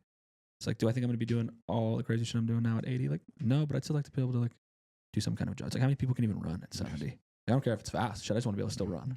And on the other side of things, there are people now who deadlift over 1,100 pounds. Yeah. And those guys are massive. And they're extremely huge. And their weight is over there. Mm-hmm. But they also can't tie their shoes. Yeah. But they can deadlift 1,100 pounds. So like, there is goal when we're talking about this situation. Those guys also aren't healthy. Yeah. So there's a time period for a goal, and understand that like, when you get to the extreme, understand we're not necessarily on health either. So I'm not telling you that like that bodybuilder or that power lifter or that guy who's about to run 100 miles, I probably won't be the healthiest body in the world come 100-mile run day. No. At all. But there's a goal in the specifics that's like, I'm doing it for a reason too. Yes. But you step on stage, it's like, you're that for one day. Because there's no sustainability of it. Hours. Yeah, because like, it's insanely unhealthy, right? Like, you're stripping the body down to like the littlest you can to try and peak for, like you said, hours. Yes. It's like, no one's there every day. Yes. So you like how CBum looks, you like how these guys on stage look. Yeah, they look that good for hours or a day. Right? And then it's, we have to reverse, start doing things differently so that our body can recover and come back. And then there's a down period so that we can recover from all the shit we just put our body through. So quality of life, you have to want it. Fitness isn't just, are you jacked or are you fast? There's a lot of runners who, right, like have no skeletal muscle, right? Frail. But again, it's like, well, if you're trying to be the best marathoner in the world, well, you don't need any muscle mass because it's just going to slow you down, right? Mm-hmm. Weigh your $120, $130 and be fucking fast. Yeah. But just inversely, it's like, CBum's not worried about how fast he can run his fucking mile. Agreed. He's trying to win another Olympia. Agreed. So that's all, like you said, so much of it is health is relative to the goal that you're pursuing. Anything is relative to what you're pursuing. Agreed. Okay. Well, that's our time on the health space. Cool. We're going to dive in a little bit more to the kind of, I think, just the perspective and nuances that you and I have already discussed, and some in running and some just in casual conversation. Cool. And we seem to align a lot. So I wanted to poke and prod you a bit on some of these things and see kind of what your thoughts are. Cool. So I guess the first one will just be, how do you perceive the balance between order and chaos in your life, and how do you navigate that dynamic?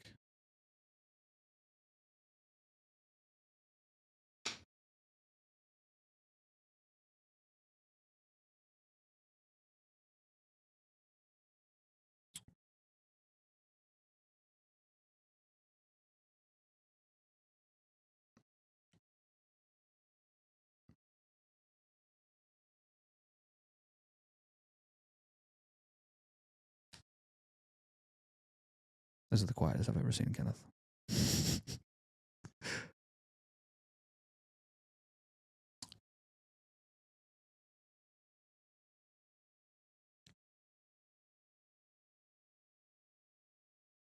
I think order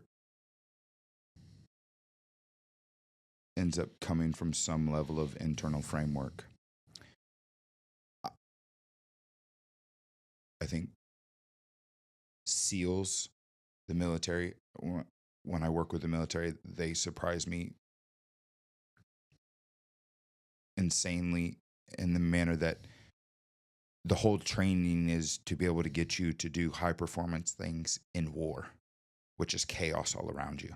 Mm-hmm. And so whether it's mental stimulant where you can stay focused or keep your breath there, or like being able to run towards gunfire while in an internal state that isn't also chaotic. Like that's the pure form of order.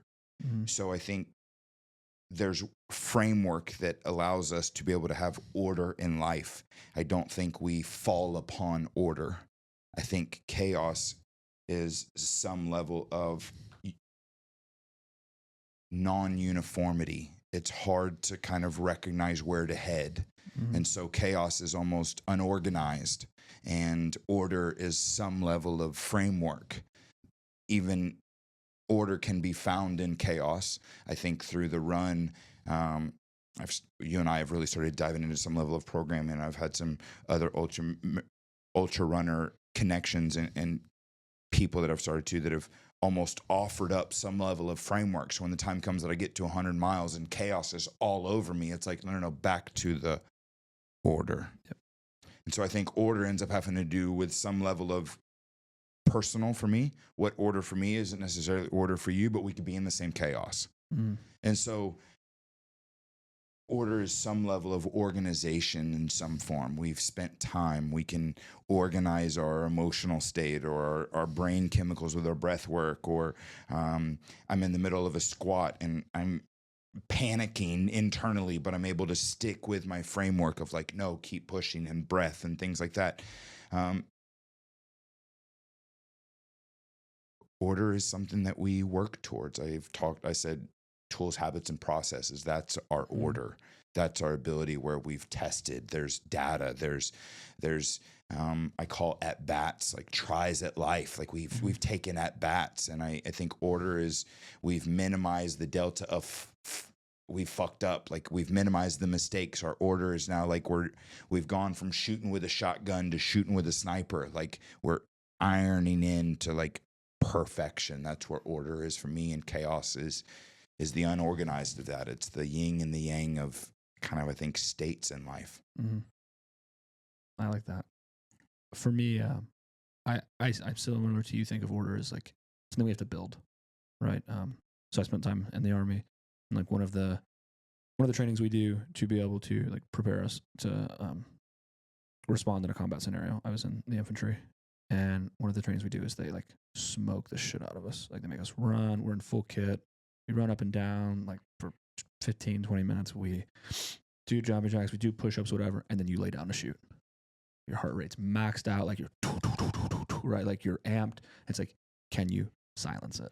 Even through all that like exhilaration, through the cortisol being maxed out, can you focus? Can you still hit the shot? Can you still do these things? And it's like, so you have to build that though, right? It doesn't just like, you don't just stumble upon it. I think there are some people who naturally can gravitate a little bit more towards it, maybe because of the way they're raised or the kind of environment they had to grow up in. But it still is like, it's a progressive build. It's just like getting stronger, right? Nobody just comes out with this like divine order to them, right? Like they can move towards it, but I don't think it's just like maybe you have a gift of capacity to achieve, but there's still the work required in order to build it to that level. I've leaned on my cold plunge for that. Over the last year, been going through a divorce over the last year, and it tested me the most emotionally I think I've ever been tested. And a little over 200 days straight, I would wake up at 4 a.m. and within 10 minutes, I was in the cold plunge in my garage, and there was like no negotiation for me. It was like, it didn't fucking matter what went on, didn't matter how much sleep I had, didn't whatever. Alarm went off at 4 a.m. By 4:10, I was in the cold plunge, and I would sit in there until I would be able to find some level of calm. Because when the time came, I public speak, and so I would do my speeches in the cold plunge. Because if I could get myself to a point of being able to speak or critically think deep enough to be able to public speak at a level by doing it in the cold plunge, when I stood up there and I was puckered and I wasn't breathing, that was nothing for me because I had done it in a state that was chaotic. And so for me, it was like that. You talk about testing, like now I've put myself in those situations. I don't cold plunge as much now day to day, but a couple of weeks ago, I was at my spiritual coach's house in Austin, and he's got a cold plunge. And like without even thought, it didn't even take like 5 seconds. Took towel off, was in the cold plunge. Didn't even think. I didn't have to like, come on, you got this. I was just like in the cold plunge, and now, like, body, you listen now. That order in me has been built. When time comes to like, you do this, my body doesn't. There's no negotiation anymore. When this and I decide it, like it follows. Yeah, that's that order for me. I think chaos is a byproduct of life. Without fail. Chris Williams says, and a lot of things he said, a lot of people complain about like challenging times. It's like, oh, it's this bug. Hardships are a bug. It's like, no, it's just a feature of life. There's no amount of money, success, how fit you get that will remove chaos from being present. There's always going to be things that lie outside of your control, and you have to be able to manage them and deal with them. And it's not that you did something wrong or that life is just purposefully shitting on you, because it doesn't care who you are, what you've done, how much money you have. Like if it did, maybe it'd be worth maybe pursuing those things more, but it doesn't. It's always going to be present. So it's like it behooves you to learn how to navigate it. And again, like I think just a lot of times I say twisting the frame or the perspective to go from, wow, this is shitty for me. It's like, wow, look at this opportunity I have to become even better than I am now. And it's like, instead of bemoaning or denouncing it, it's like, oh, this is fucking miserable for me. It's like, I like to think when something's I'm like, what am I missing?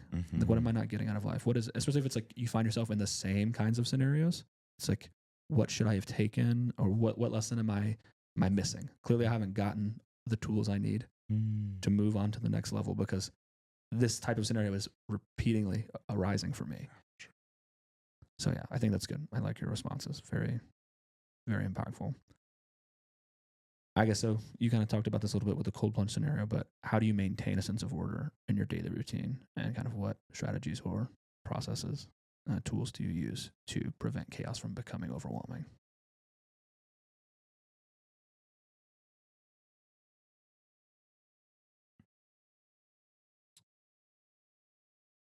As a performance coach, I'm going to give you the performance coach answer.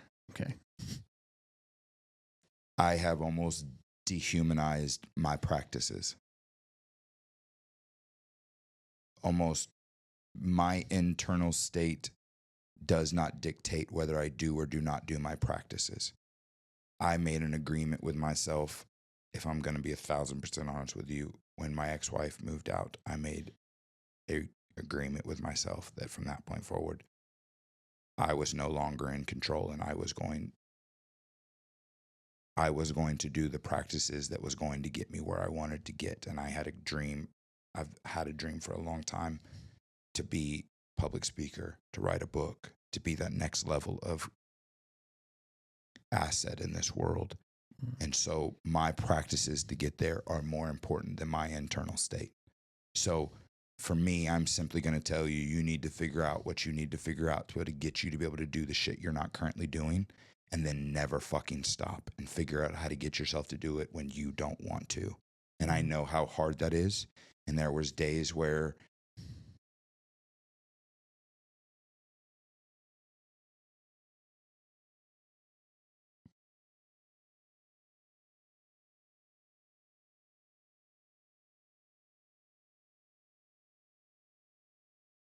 one of the acronyms that I use when I public speak is BU, and the B in that stands for build a big dream. And that dream should be so big that all of a sudden you find whys in your life that get you to be able to do the shit that you don't currently want to do. And for a long time, my ex-wife was that for me. Her in bed next to me got me to be able to do shit that I never thought I was capable of doing. Then when she left, that why was externally outside of me. And I found myself really struggling to be able to get myself to do the things that I wanted to do. And so I had to turn that internal why into myself. And so my dream became the most important thing. And so I journal, I breath work, I meditate, I do the inner work, I do the shadow work. I've built a workbook myself. I do the exercise. My lifting partner, Dr. Lakin, she laughs at me because like I eat the same 15 foods, and like I don't eat anything off those 15 foods. Like that, I don't. When it's like, do you eat shit that you want? It's like, no, I don't eat. No, I eat what I'm supposed to eat. Like I have completely detached my human from my practices. Mm-hmm.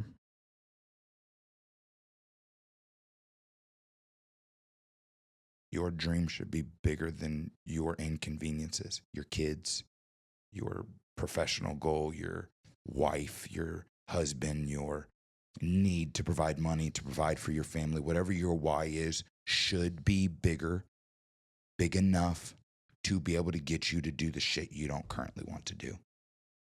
So like, it could feel warm and fuzzy, but if it was warm and fuzzy, I wouldn't be at a current place where I think that a 100-mile run in 24 hours is the next thing I need to become the next version of my life. It's not pretty. Mm-hmm. And you need something to be able to get yourself to be able to do that shit. Yeah. You've said this a few times, and we talked about our admiration for Kobe before, and the not negotiating with yourself. It's like I said, he says, I said out at the beginning of summer, this is what I was going to do. I'm not negotiating with myself. Like I said, hey, I wake up at 4 a.m. This is what I'm going to do. I'm going to get in the cold plunge. I said, I want to get up. I'm going to go for this run. Like, fuck how I feel. Fuck if I'm tired. Fuck if I didn't sleep the best. If I didn't eat the food I should have, like, well, it's on me. I should have eaten the food. I knew I had this run today. Like, I have to go do the run now. All right, well, if the quality is poor, then like, okay, great. But I have to like do the things I said I was going to do. I think that's an important like part of just growing into the person that you want to convince yourself that you are. It's like you have to do the things that a person like that would do in order for you to believe it. Right. And so many people don't want to like lean into that. They're like, but like I need this, or the timing's not right. It's like, well, nothing's ever going to be convenient. The time will never be right. If you're waiting for the perfect time, it's never going to come for you. You know,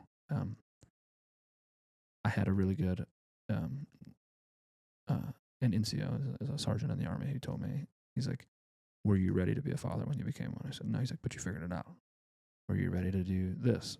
No. Well, but you figured it out. Were you ready to fight the war when you did? Like, no, but you did. And so a lot of people, especially in like the professional world, a lot of people are like, oh, well, who's going to be Tommy's replacement? Like, no one's ready for that. It's like, it doesn't matter who's ready. Like, really, it's like so much of it I pertain to is like willingness. Who's willing? Who's willing to actually take on the roles, to fail, to stumble, but to continue to go anyway, to not negotiate with himself, to just show up and do the thing. And then something else I think that you kind of touched on is like not to be overinvested in any one thing. And I've struggled with that holistically throughout my life. When I failed to sub 3 hour qualify for the Boston Marathon, I was like devastated by that. Like it fucked with my head. Because I'd done this training for months and months and months and shown up and ran the speed work in the rain because I wasn't negotiating with myself. There's a speed workout today. I don't care if it's raining. Like literally like standing in my garage, watching the rain just pour down and go like, okay, watch is ready. Boom, step out and run. And then but even though I failed it, I realized I had put too much weight in it. Like, oh, I'm this runner. It's like, no, running is just a thing I do.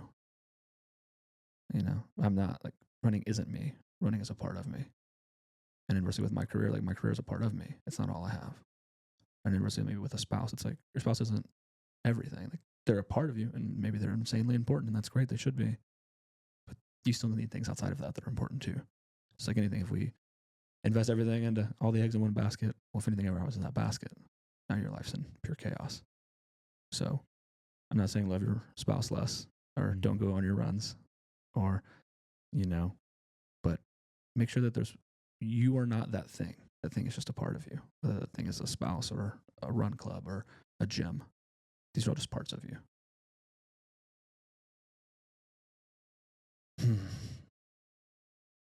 It's tough, man. I've had a really cool experience with my people that I would consider close, people that have known me for a long time. When they find out about the 100-mile goal, it's been a really cool mirror. They've responded that if anyone that they knew was going to do it, they're not surprised that it's me. And that comes from long-term 1,000 at-bats, knowing I was the guy who was going to get up at 4 a.m. It was very important for me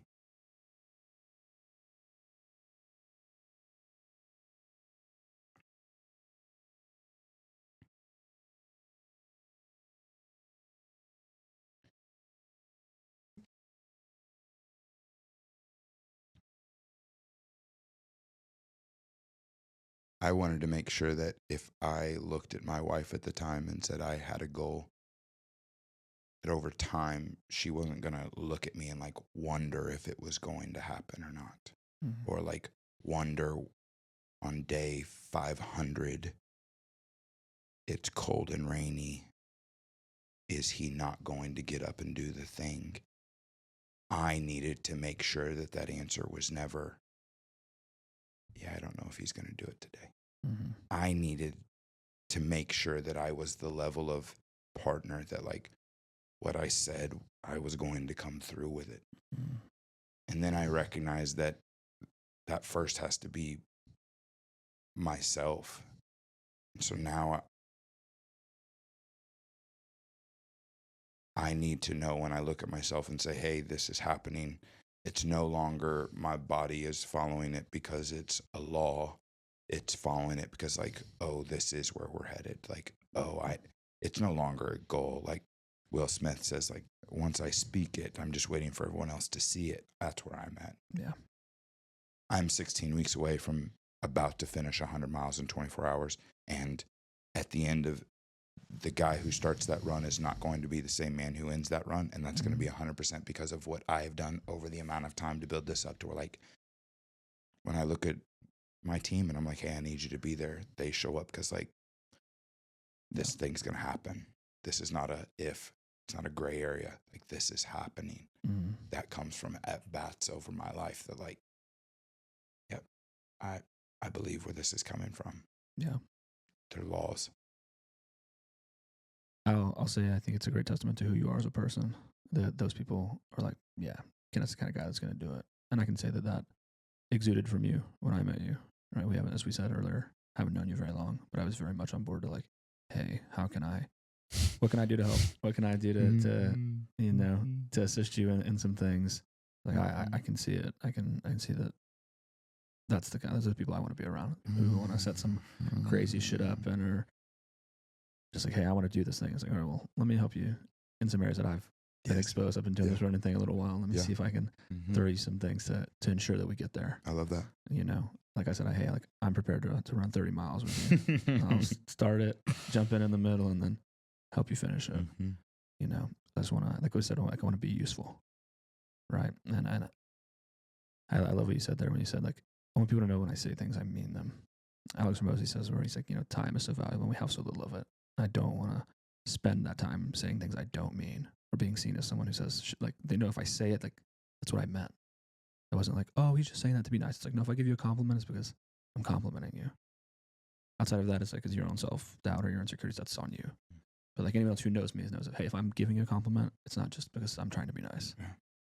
So I can relate and correlate a lot of my life to like, I want to be someone now who's, when I say things, they're like, hey, they know that like Austin's going to do that. That's what he's going to go do. Alex says confidence is not saying affirmations in the mirror. Mm-hmm. but thousands of moments where you go, oh, I did it when no one else wanted to do it. Like when I line up on that line, or I go to the gym, or I do that lifting, like I'm not wondering if I'm going to stand up out of that squat, or I'm not starting a 10-mile with you. I'm not wondering, am I going to, like, I'm just waiting for it to be done. My experience and presenceness. Yeah. I love that, man. I'm honored and privileged and proud to be a part of this with you. And I look so forward to how far we come in the next 16, 17 weeks. It's going to be awesome. Next line of questioning is centered around personal responsibility. Cool. Kind of something you just touched on a little there. So what does personal responsibility mean to you?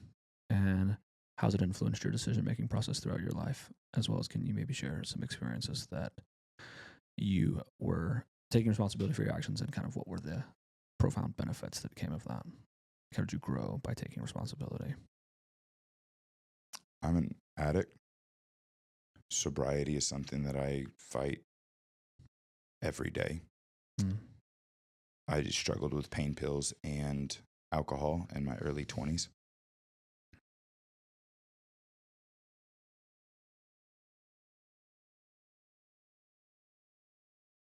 Sobriety for me is my largest self-responsibility.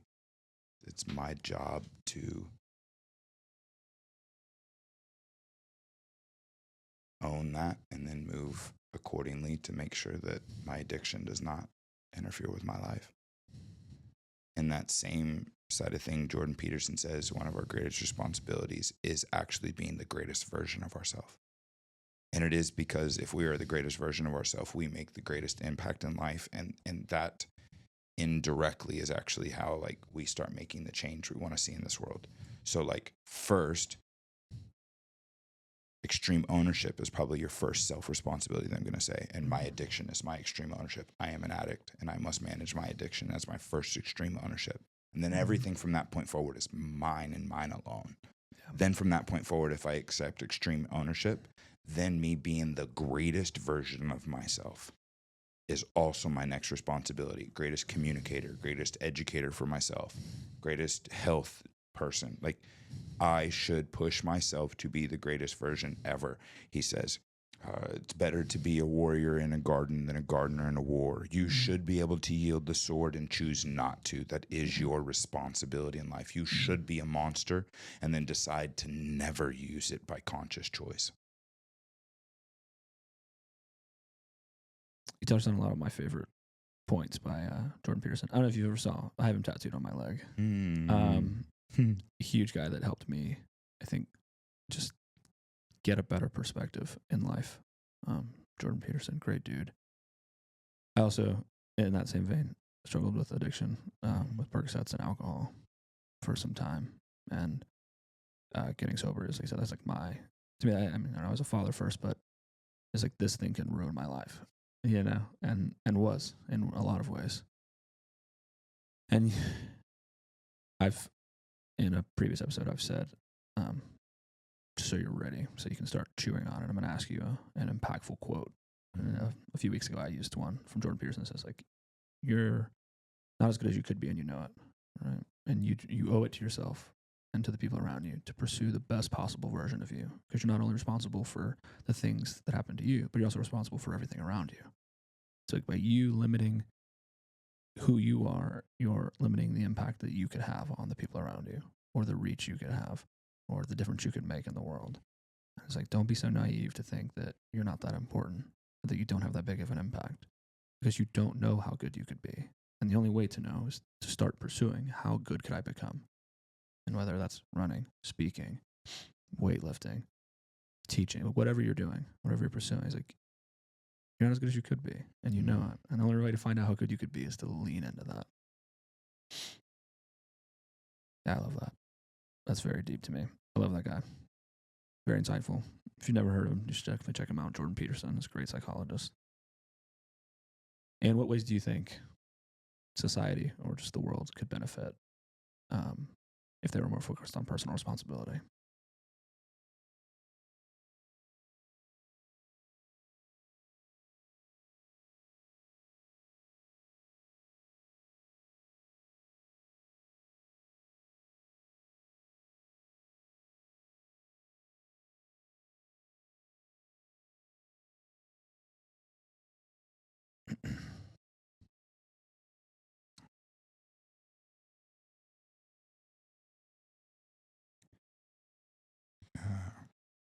scrolling through Facebook the other day, and little story. And there's a farmer, rancher, and he's cooking, grilling a bunch of food. He tells his daughter, go to all the local people, tell them, come eat, come celebrate, come be with me. His daughter goes off. Very few people come. And they're all strangers. And the rancher's confused. Goes to his daughter and he says, I told you to go to all of our local people that we know and come eat.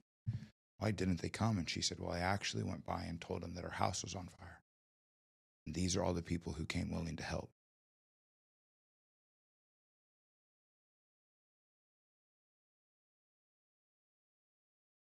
I think one of the greatest things we can do in life is serve those who serve others. And we always go, it's not our problem, because it's not our problem.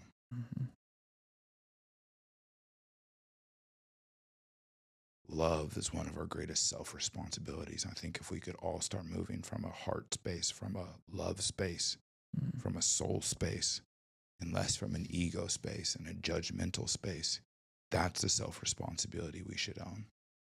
Give the helpful hand before asking. Give it. Be the leader before asking for the leadership. Like, be it. Be the change you want to see in the world. And I mean, like, outwardly. I think we're too inward right now. We're almost becoming protective of ourselves. And instead, we should almost lean into vulnerability. I'm a big tatted dude who cries on fucking podcasts. All of a sudden, I give permission for other people to do and navigate the shit that they aren't navigating. Yeah. If you're not willing to cry, you're cutting out like 30% of all things. 30% of the things that are happy that make me cry, sad that make me cry, mad that make me cry. Lean into the vulnerability, lean into the love, lean into being able to care for the people around us instead of so inwardly focused. That's our self-responsibility that I think can make the biggest impact in this world.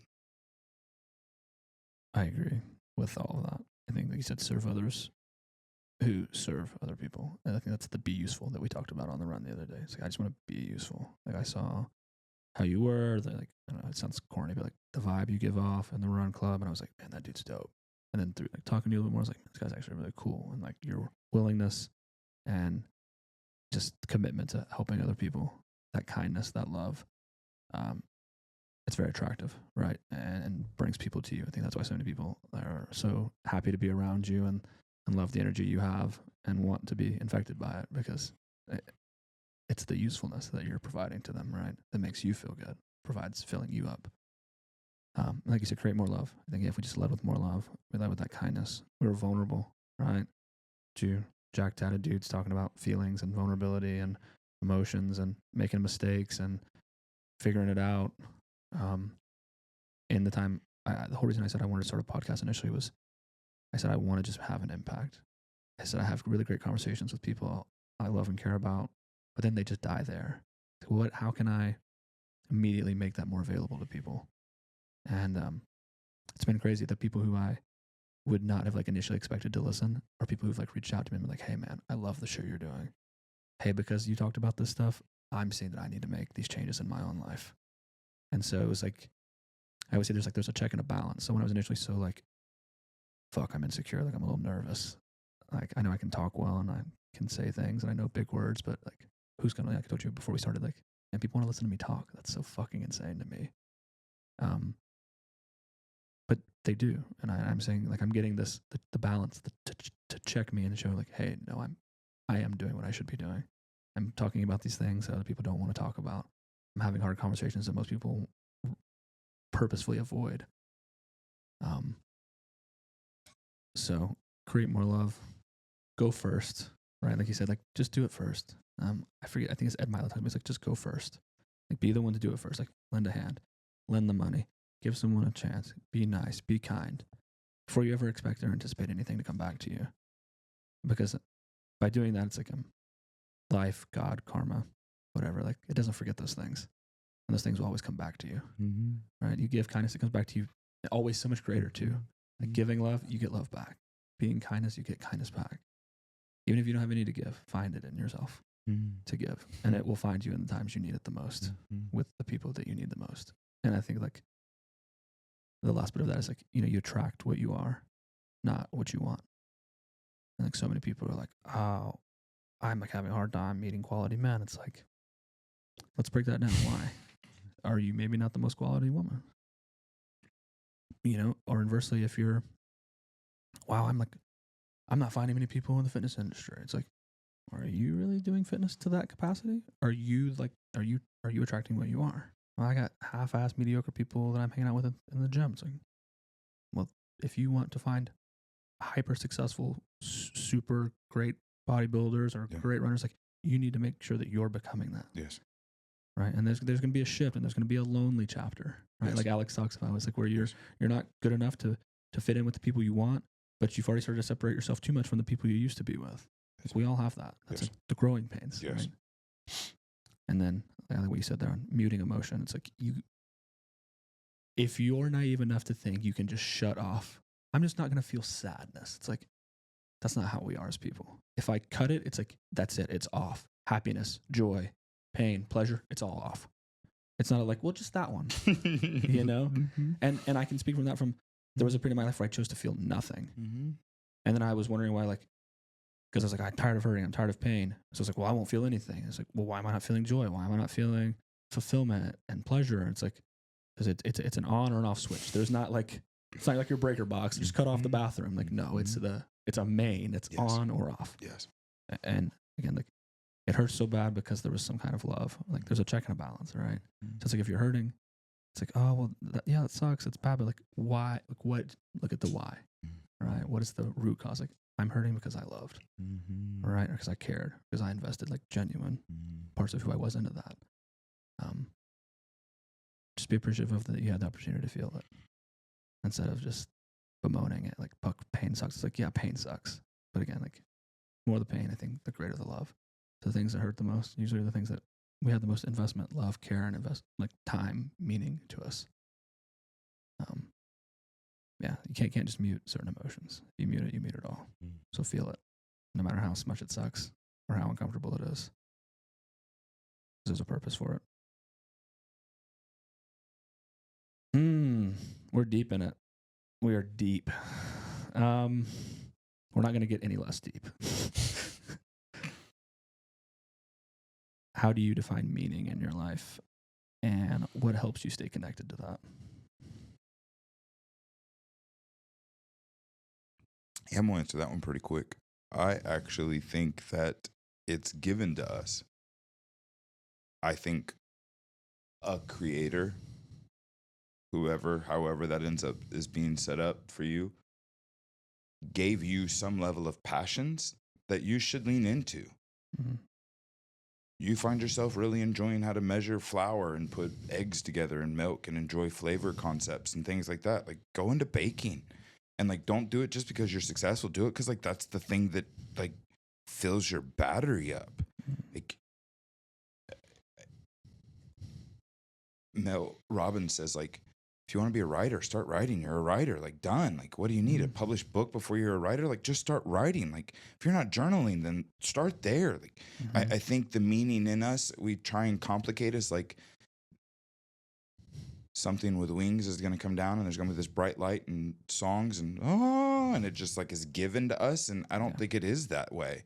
For me, fitness or exertion or things like that, like when I'm sad, I go do legs. When I'm happy, I go do legs. I run. Like, it's the way that I navigate things for me. So mine is health, fitness, performance. Like, that was given to me. That's how I navigate through things. Yeah. If you paint when you're sad or mad or happy, if that's what you do is you lean on art, you're an artist. Like, I think meaning for us is given to us. Mm-hmm.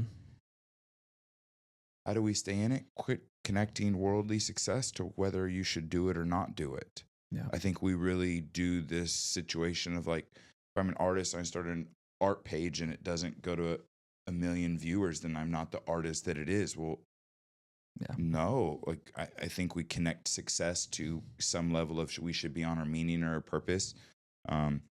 I think we have also connected our purpose should also be our profession. Alex Hormozi also talks about, like, 500 years ago, I rode because my dad rode and he rode, and that's the way that we paid for life. And like, then we did happiness outside of that. Like, unfortunately, we've connected to, like, I'm meant to be an accountant. Maybe you enjoy art and you do accounting to live life and take care of your family. That's okay too. Like, meaning, I think, is given to us, and we should just lean into those things because it's what we desire to do in our off time. It's what we desire to do to recharge. It's what we do to, you had a death in the family, and the thing that you go to for your death, that's connected to meaning, the thing you get through things, the things you lean on, that you look to educate yourself. Like, if you want to learn about it, that's a good sign that you're passionate about it. Like, those are the things that I think we should listen to and then just lean into. I agree. I have Jordan Peterson mentions, he's like, there's a reason that like something bothers you. Like, you'll feel like we mentioned earlier, being in tune with yourself. It's like, so if you feel something pulling at you and nagging at you, like, wow, I really like want to just play the guitar, you know, like, fuck. And I've been thinking about it for years. It's like, why do you think that is? Yes. You know, like, so I can jump on board with you on the, like, it's kind of bestowed upon us already. Like, we come with these things, like, and we find it's like kind of with your AirTag, right? Like, you're looking for your phone. It's like you're getting warmer as you move towards the thing. Like, you feel it like bothering you. Like, wow, you know, like, I want to run this 100 miles. I don't know why. Yes. Like, fuck, it's crazy. Yes. I can admit it sounds kind of wild, yes. But like, something in me is like pulling me towards that, saying I need to do it. Yes. You know.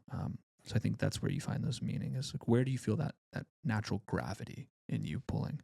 I think we also all want to be Simone Biles or Michael Phelps or Usain Bolt. Like, they chose gymnastics and she was great at it. And now she has everything and she's a world champion. Or he has a world record and da da da da. Like, we're not all in those scenarios where our passion also connected to our genetics, and then also connected to, like, because you were born in the right city to be able to get the correct training and all those like things that also go with that scenario.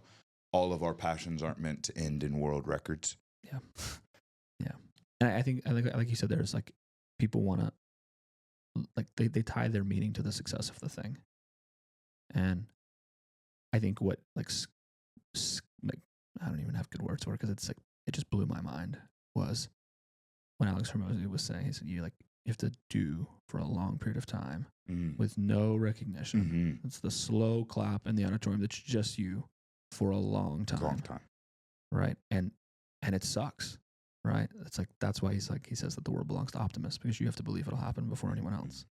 So it's like, with like what you said, like, I created a podcast, so I'm a podcast host. Yes, like, that's all I had to do was do it. Done.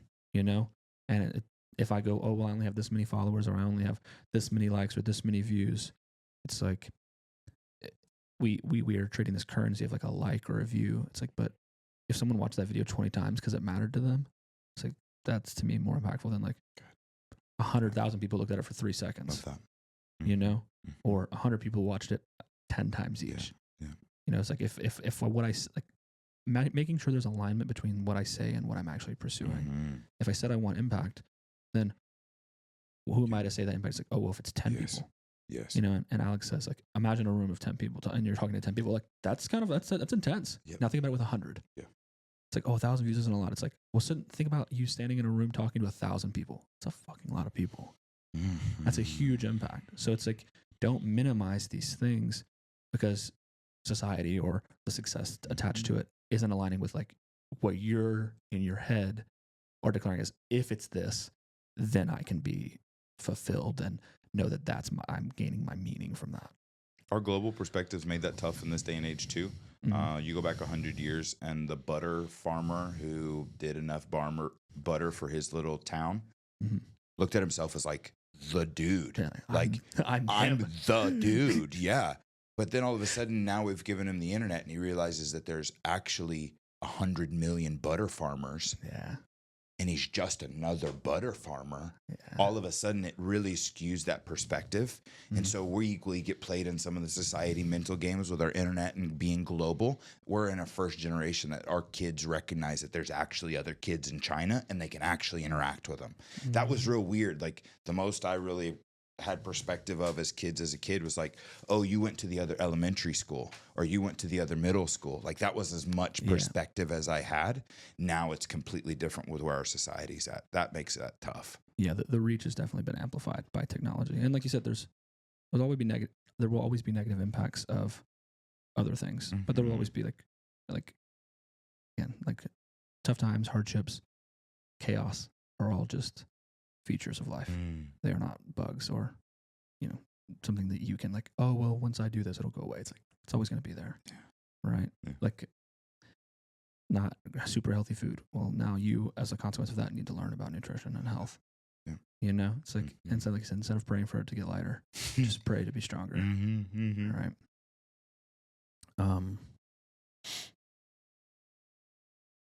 I think we're going to shift a little bit to, we're going to shift to suffering and personal growth. How do you interpret the role of suffering in shaping one's character and personal development? I'm currently writing a book with the foundation of the hero's journey, but correlated around the forge, like the blacksmith forge. Yep. I really enjoy the King Arthur story. And the newest one, Guy Archie did, I think does a beautiful rendition of, he has the capability to yield the sword, but he's not yet the man he needs to be able to yield the sword. And the way that he ends up doing it is he has to go and kind of look at all the areas that he's unwilling to look at. And so when you start looking at almost as like the sword is the thing that we're trying to yield, and the sword is the weapon that we're fighting life. But the only way that the sword becomes the sword that we can to fight life is it must go through fire. And it only actually can change through fire. But just introducing temperature to it doesn't change it to being a better weapon. Then there is a blacksmith that then is doing his perfection on top of that weapon. That's where our tools, habits, and processes get to. If you do a beginning blacksmith, you do a master blacksmith, this guy's going to do 100 hits that this guy can do in one hit. But this guy's just sat in the fire and done it over and over and over and over and over and over and hasn't asked for it to be easier. He just simply accepted the suffering that needed to be due to be able to yield the sword that he wants to yield. And so if we can look at suffering as more of a sign of what we should lean into to be able to produce the growth that we want to be able to achieve, to be able to get to the point that we want to, then we lean into it. We recognize, oh, suffering is where we should head. Most of the time suffering is like, oh, it's hard, makes you pucker. It's like, oh, that's where we stop. And I think it almost becomes like a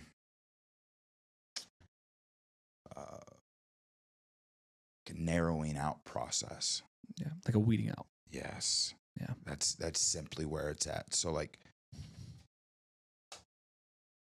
if we do that over time and I'm able to suffer more than you're able to suffer, that means that my intensity of suffering is also matched with how much input I'm getting, like how much results I can get. So your 100% is my 20%. Well, that means my 100% is your 400%. You're so far behind me. Kobe did 4 practices a day while everyone else did 2. Sooner or later, 3 years later, no one was ever going to catch Kobe simply because he like understood sitting in the fire is going to separate me from every other person. So now if we look at suffering as like a sign of where we should grow and not like the deterrent, I think our whole relationship with suffering is actually the like secret to it all. Yeah. I think what you said in there is like, we always know where we're deficient. Like we always know the thing that like we're avoiding, the thing like I really should do. I really should call that person and apologize for being a dick. I really should track my food. I really should work on my, emotional reactions. I shouldn't be so reactive, right? I should really work on like not being so avoidant. Yeah. Like we always know it's like I've heard it prefaced as like a landmine field.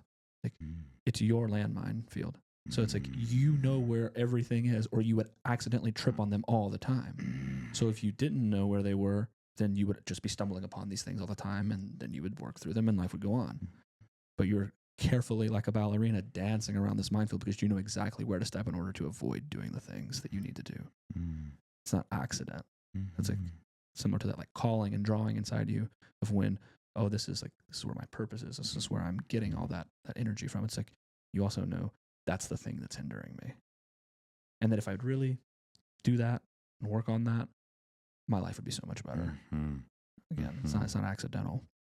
And like you said, weeding out. Like, I think if you can endure at an unconscious level, time is your asset. Just continue to endure. And then the separation occurs. Right? And like I said, it's like with Kobe and the reps outweigh everything in times. Like, you don't have to be always the most talented. I heard Tom Brady say it recently. He said, the only thing you need to be better than everyone else is willing to do the work and consistent. You don't have to be the most talented. You don't have to be the best athlete. You don't have to be the most gifted. Like, are you consistent and willing to do it? And those two things separate everyone. And it's like, there's a lot of people want to be like, well, I wasn't gifted enough to do that. I wasn't gifted with a great, a great vocabulary. My voice isn't the best. It's like, well, did you work at it? It's like, some of the best bodybuilders don't have the best genetics. They just work and work and work and work and work and work and work and work. Some guys with the smallest legs squat the most weight because they just do the reps over and over and over again. And they're willing to endure the pain of like, wow, yeah, I can bench 450. I can barely squat 275. Great. Are you willing to suffer long enough to get better? It's like, and Logan Paul doesn't say much that's really insightful, but he did say this, and I was drawn to it. It's not a diss against Logan Paul. I just think he doesn't give a lot of real good life advice that's practical. And he said, the only thing that will stop you from achieving what you're pursuing is if you quit. Right. So it's again, it's not about the talent. It's not about the skill. Like, what separates you from your dreams or becoming the person you want is the necessary suffering to grow and your ability to prolong the ability to quit. And so many people are like, oh, I'll never quit. Just say you're not going to quit today. Just don't quit today. Tomorrow, it's a new negotiation. But just don't quit today. Andrew Huberman brought to light at a podcast he did a few months back that there's actually some science to this. There's a part in the brain that actually really helps the human get better at doing hard shit. So there's a part in the brain that actually grows in size the more regularly that you do hard things that you don't want to do. Correct. Yes. And that's the only trigger, is that it's hard and you don't want to do it. Being able to get yourself to do those things over time becomes easier. So as that grows, I feel the 10 in panic. I get better at doing the 10 than if you are at the beginning of doing hard things. So my cold plunge is a good example. I got to a point that it used to be hard, and then it wasn't hard anymore because I got better at going, that's hard, but I still do it. So it becomes a skill. Suffering almost becomes a point where the body actually grows and going, you don't want to do that. It's hard. You get yourself to still be able to do it. It's a part in the brain that actually allows us for suffering to ultimately become a skill. And that, I think, is real cool, that the science equally backs some of these like woo-woo stuff. Yeah. It's actually backed by science too. No, it definitely. Yeah, I saw that episode with Andrew. It's like mind blowing. Yeah, something cortex. I remember that. Yeah. Yes. But and he's like, name doesn't matter. You're exactly right. You just need to know there's a part in the brain that the more regularly you do things that you don't want to, that's hard, it gets easier to do those things. Still feel it. You still suffer, but you get yourself to be able to do it easier. I like that. What philosophical or practical approaches do you use to cope with suffering, to find meaning in difficult situations? I'm simply going to answer this one with breath work. Okay. I'm a pretty... I'm going to put breath work as probably the life source of life. Okay. We get into a point where we don't recognize we're not controlling our breath or the power of our breath or what we can do with different breath cadences and things. Being able to master your breath is the golden nugget to all things difficult. Somatic breath work is a good way to look into it. So if people need trigger buzzwords, somatic breath work. Yes. Okay. Yeah, I like to for me, I think a practical approach that I like to use is, I say it a lot, there's checks and balances in life. Mm-hmm. And I think the ultimate, I think this is if I'd say, like, if I could give anyone if I could give anyone advice, it'd be, this is the ultimate hack, right? So we live in a culture that wants things quickly, but the hack is the closer you are to accomplishing something, the harder it becomes, right?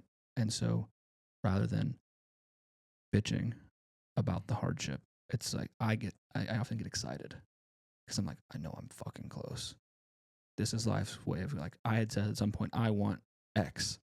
And the closer I get to X, the more life's like, I'll throw this at you. I'll throw that at you. You said you wanted this. Let's see. And it's like, if you can just hold on through all those nuances being thrown at you, like, you get it. And so it's like, don't be like, fuck, it's getting harder. Be like, fuck yeah. Like, use that as your indicator to know I'm moving progressively closer. Mm-hmm. Nobody gives up on their dream to be a doctor in 5th grade. Mm-hmm.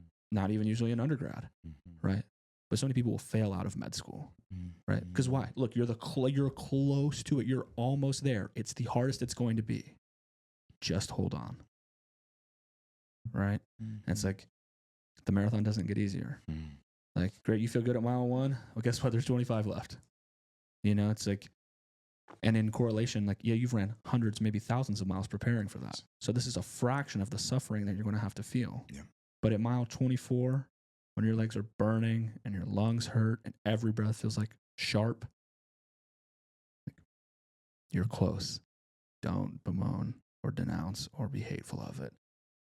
Get excited. If I can just hold on, if I can outlast you hurting for 2 more miles, I win. I get it. I get the thing I've been pursuing. And so, like, for me, in my professional career, before I got the job I'm at now, I applied to 200 places. And every time I had an interview and I didn't get picked, I was like, fuck yeah, one more closer. Chase the no. Yeah. You know, and so it's like, again, rather than like, oh, no, man, no one else picked me. It's like, just that much closer. Mm-hmm. Right. And so people are like, 200 places, 7 different interviews, 7 different companies. Went to 4 different interviews with 4 of them. So by the time you get that deep, like, it's your job. Yeah. You know? And so it's like, again, just changing that frame of mind from, like Alex says, like, poor me to poor everyone else who's going to have to fucking try. Yeah, for sure. Like, I'll just separate myself by my ability to endure. Mm-hmm.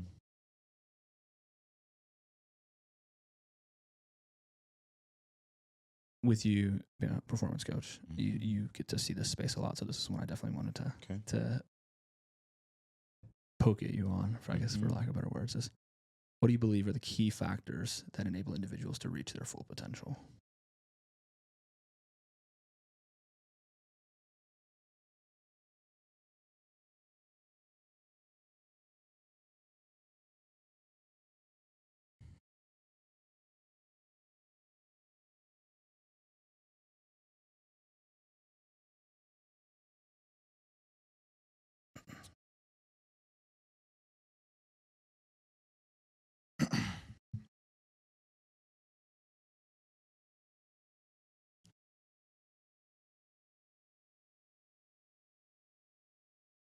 There is always someone who has it harder than you that has done what you want to do. In saying that, I'm saying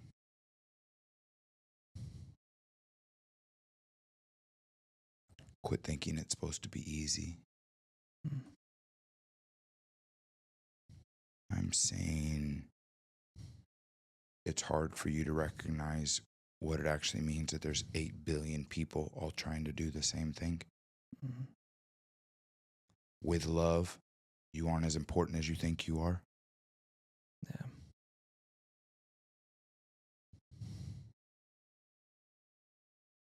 And then in saying that the only one who's going to change your life is you. Mm-hmm. So, like, right now, there's a kid in India that hasn't had food in a few days, but is a genius and is probably knows the cure to cancer and is going to do everything he can, that if he gets 10% of the opportunities that you have, he's going to pass you by instantly. so damn bad because what you think is hard is his normal Tuesday. Yep. And you don't have the perspective to realize what other people have gone through or are going through that are chasing what you're chasing and are willing to do what you aren't willing to do. Mm. Kobe had many stories where he'd look at people and go, I wanted you to know you were never going to catch me. Yeah, you're never going to outwork me. Never. And I want you to know you have people in your space right now that want exactly what you want and are willing to do that level of shit. Mm. So you haven't reached your potential yet because you actually don't realize what is out there that's trying to do what you're trying to do and is willing to do what you're not willing to do. It's actually really fucking hard. Yeah. And it is meant to be a blank for you to fill in for you because it is all meant to be hard. Yeah. So open that perspective up. Mm. Yeah, that's what's holding you back. I like that. I think there's a lot can be said for perspective and how empowering it can be, not solely just with our potential, but in like the way we navigate through life. Right? We're so naive to, or just ignorant to what we know and what we don't know. Right? And so it's like, get exposed to as much real things as you can. The pain, the hard, like those shitty things that no one wants to do. Like that's what you need to get exposed to as much and as frequent as you can. Yes. Like it's not supposed to be easy. Right? It's like we talked about on the run. It's like, did you think it was going to be easy? It's like, no. What did you think 100 miles was going to feel like? Yeah. Mm-hmm. And it's like, it's going to suck. But like you give yourself permission to like, okay, to match, to align, to match expectations to reality. Mm-hmm. Hey, I thought this was going to be shitty. And oh, fuck, here we are. And it's whooping my ass. It's like, great. Things you're right where you expected to be. Yes. So stop feeling bad about it. Yes. And even just that little slight adjustment alters the reality that you live in. Yes. You know? So open yourself up to perspective. Give yourself permission to suck. And I think it's like we keep coming back to the same group of people, but I think we're very aligned in like the kind of general consensus we take to life. Where Alex always says, I think of what I'm not willing to do. And it's like, that's what that's what the person who'll beat me will do. It's like, what are the things you aren't willing to give up? And it's like, that's exactly what someone will give up to beat you. Yes.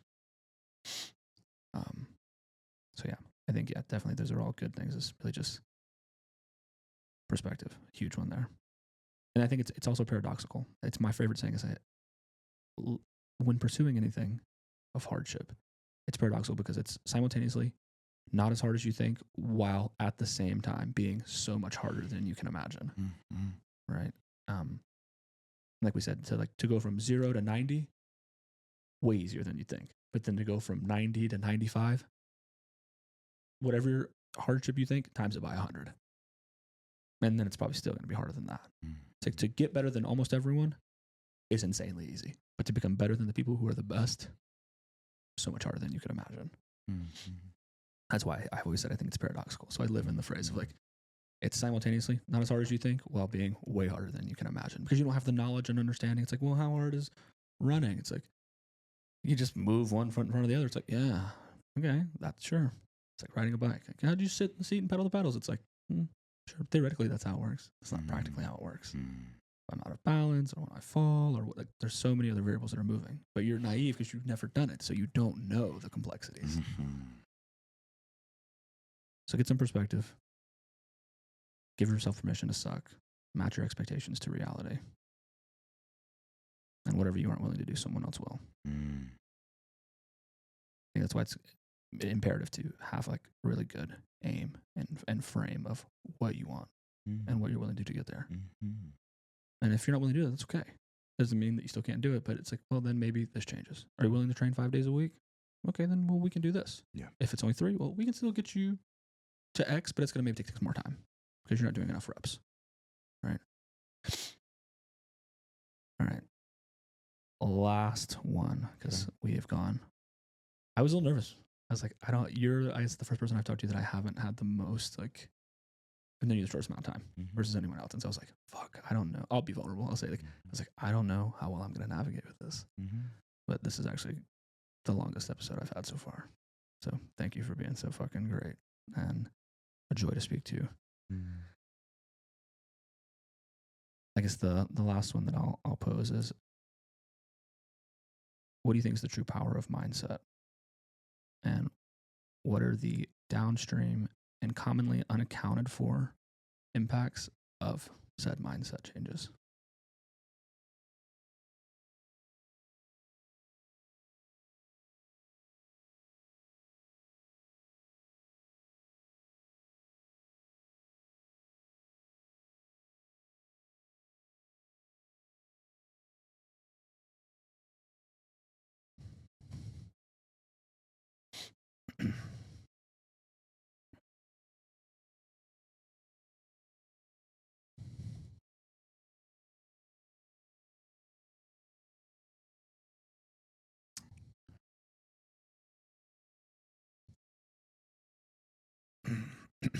Jeez, sorry. You made me nervous. This one's a tough one for me. I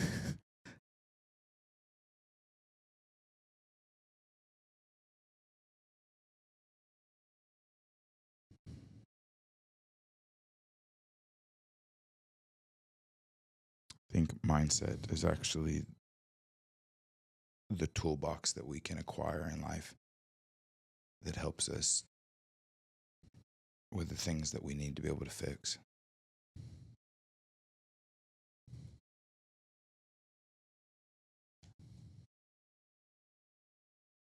"99% of my marriage was absolutely one of the most beautiful experiences that I've ever had in my entire life. And I stacked up some of the most amazing memories and some of the most amazing experiences in my life. And then one day that changed. The thing that was so beautiful was no longer beautiful, and it ended.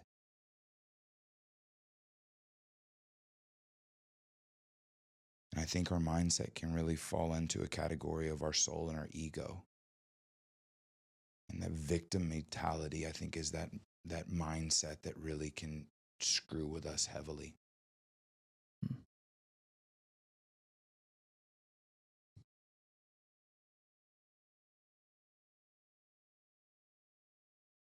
Our mindset can be simply a growth mindset, a one of recognizing that things don't happen to us but for us.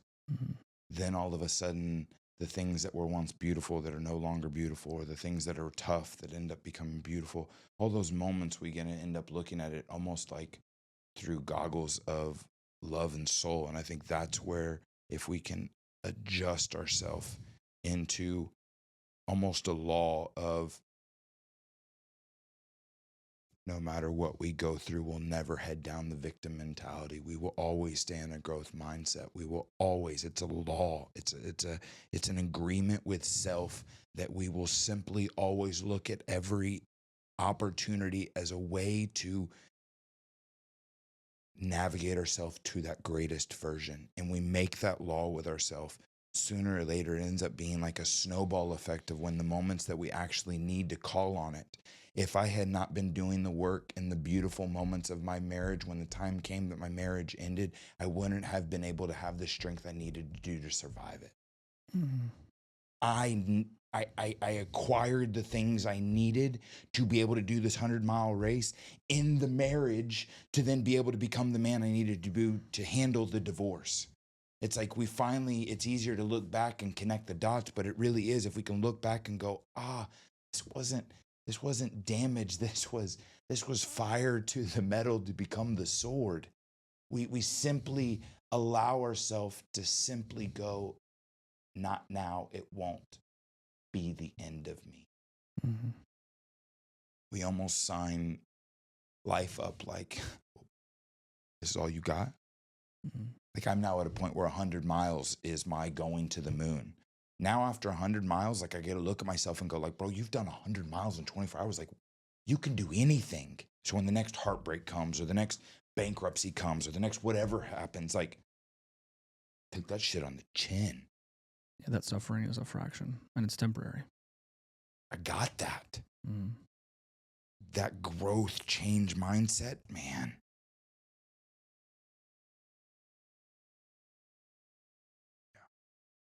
I think mindset is the key to unlocking the potential of your life. Because like mindset is at the highest level of everything else with perspective and resilience and ability to suffer. It's like, because so much of it is going to then come back to, well, what's the mindset you have to it? What's your relation to hardship? Well, that's predicated by the mindset you take. And like you said, so much of, I mean, we're still relatively young, right? Even though, you're 34, right? Mm-hmm. Yeah. I'll be 30 next year. So, but it's like so much of the things that happen earlier in your life that you're like, oh, what's this for? Why is this like that? It's like, those are the things along the way that one day something's going to happen and you're going to be like, oh my God, I'm pulling from all of those things. And it's like, you need things to happen because you're just getting exposed to know what I will need to use later. Right? It's like when you first start golfing, you carry all the clubs in the bag. Right? But then you get a little bit better at golf and you kind of learn how you play. And now you're only carrying 6 clubs in the bag. Because like, okay, I had to have all that stuff initially, but now I like know the purpose of these 5 or 6 things. And sure, maybe something crazy happens and fuck, it'd be nice if I had a different one, but I can make this one work. Right? And so I think so much of the 20s and 30s of our life is like just carrying all the fucking clubs. And then learning to realize like, oh shit, like this one will work. Or like, why do I carry this one? Till then you learn like, oh shit, that's when I need that one. But if it's not this scenario, well, I don't need to lug it around with me. Just extra weight. When it's needed, I'll know. And if I don't have it, well, I've got other options and other tools, other systems, other processes that can help me navigate it. Because everything else I've been through to this point is something that I can call upon. It's like if you, Alex says it the best, and I think it's one of my all-time favorite lines, man. It's like, he says, I'm the thing that I'm building. And think about who I'm becoming as the destination. It's like, if I lost all the money, I could make it all back. Because I'm not the same person I was when I first started making that money. I'm now this person who has all these skills and understands how to do it. So you could take all my money away and I could make it all again. Right? And if you think about yourself as the destination, I'm just trying to build this person. I'm becoming this person. And it's like this never-ending framework of I'm continuing to lean into this mindset that needs me to grow. I'm not as good as I could be. And I wonder how good I could become. Well, I have to lean into that to grow. So I appreciate you and your time. But before I let you go, if you could provide us with maybe a quote or piece of advice that really has just kind of impacted your life, kind of something that you resonate on quite frequently. Would you mind sharing that with us? Hakuna Matata. Beautiful words of the Lion King. Mm-hmm. It is, you might also know it as the law of detachment. Hakuna Matata means no worries. That's that. The only thing that you have is the present. Yeah. Equally on the way over here, I was listening to YouTube and Master Shifu. Yesterday, past, tomorrow, future. Today is a gift. Yeah. Call it the present. Yeah, I love that. I think it's a new, and I enjoy that. I think it's simplistic, and I've talked with numerous people now, and I think we've all come to the conclusion that the simplest things are often the most true. Like whatever is easy and simple, like that's the truth then. Mm-hmm. And we think sometimes like, oh, I need these like big fancy words or this complex solution because I have this complex problem. It's like not always. Sometimes it's the really easy thing that you're like, oh, it probably is that. And that's probably what it is. Mm-hmm. So I appreciate you sharing that. And I'll share mine. I always try to bring a new one. I think this one is, I'm going to give 2 because they're both short. They're both by JFK. It's probably my favorite president. Fun fact for anybody curious about making a trivia game about me. No, I'm just kidding. Things do not happen. Things are made to happen. And then the second one is, only those who dare to fail greatly can ever achieve greatly. Yeah. And I think that kind of encompasses a lot of the things we talked about today, right? It's like so I'm a big math nerd, right? I took statistics and a bunch of lame math classes, but what you learn, I think math is it's a corny way to segue to achievement or success or failure, but is we learn that the depth of a negative slope, right? If something's like negative 100, well, it could be 100 too. It's like the depth of your failure is inversely, if you flip that over the axis, it's the peak of your success. So if things really are shitty for you and they're really hard, I mean, they have the potential to be really amazing. So if you're like, man, I'm deep in the shit, it's like, that means you have the potential to be so much more and to be achieved so highly. And so I love that only those who dare to fail can ever achieve greatly. It's like, if you're not willing to be the fool, you'll never be the master.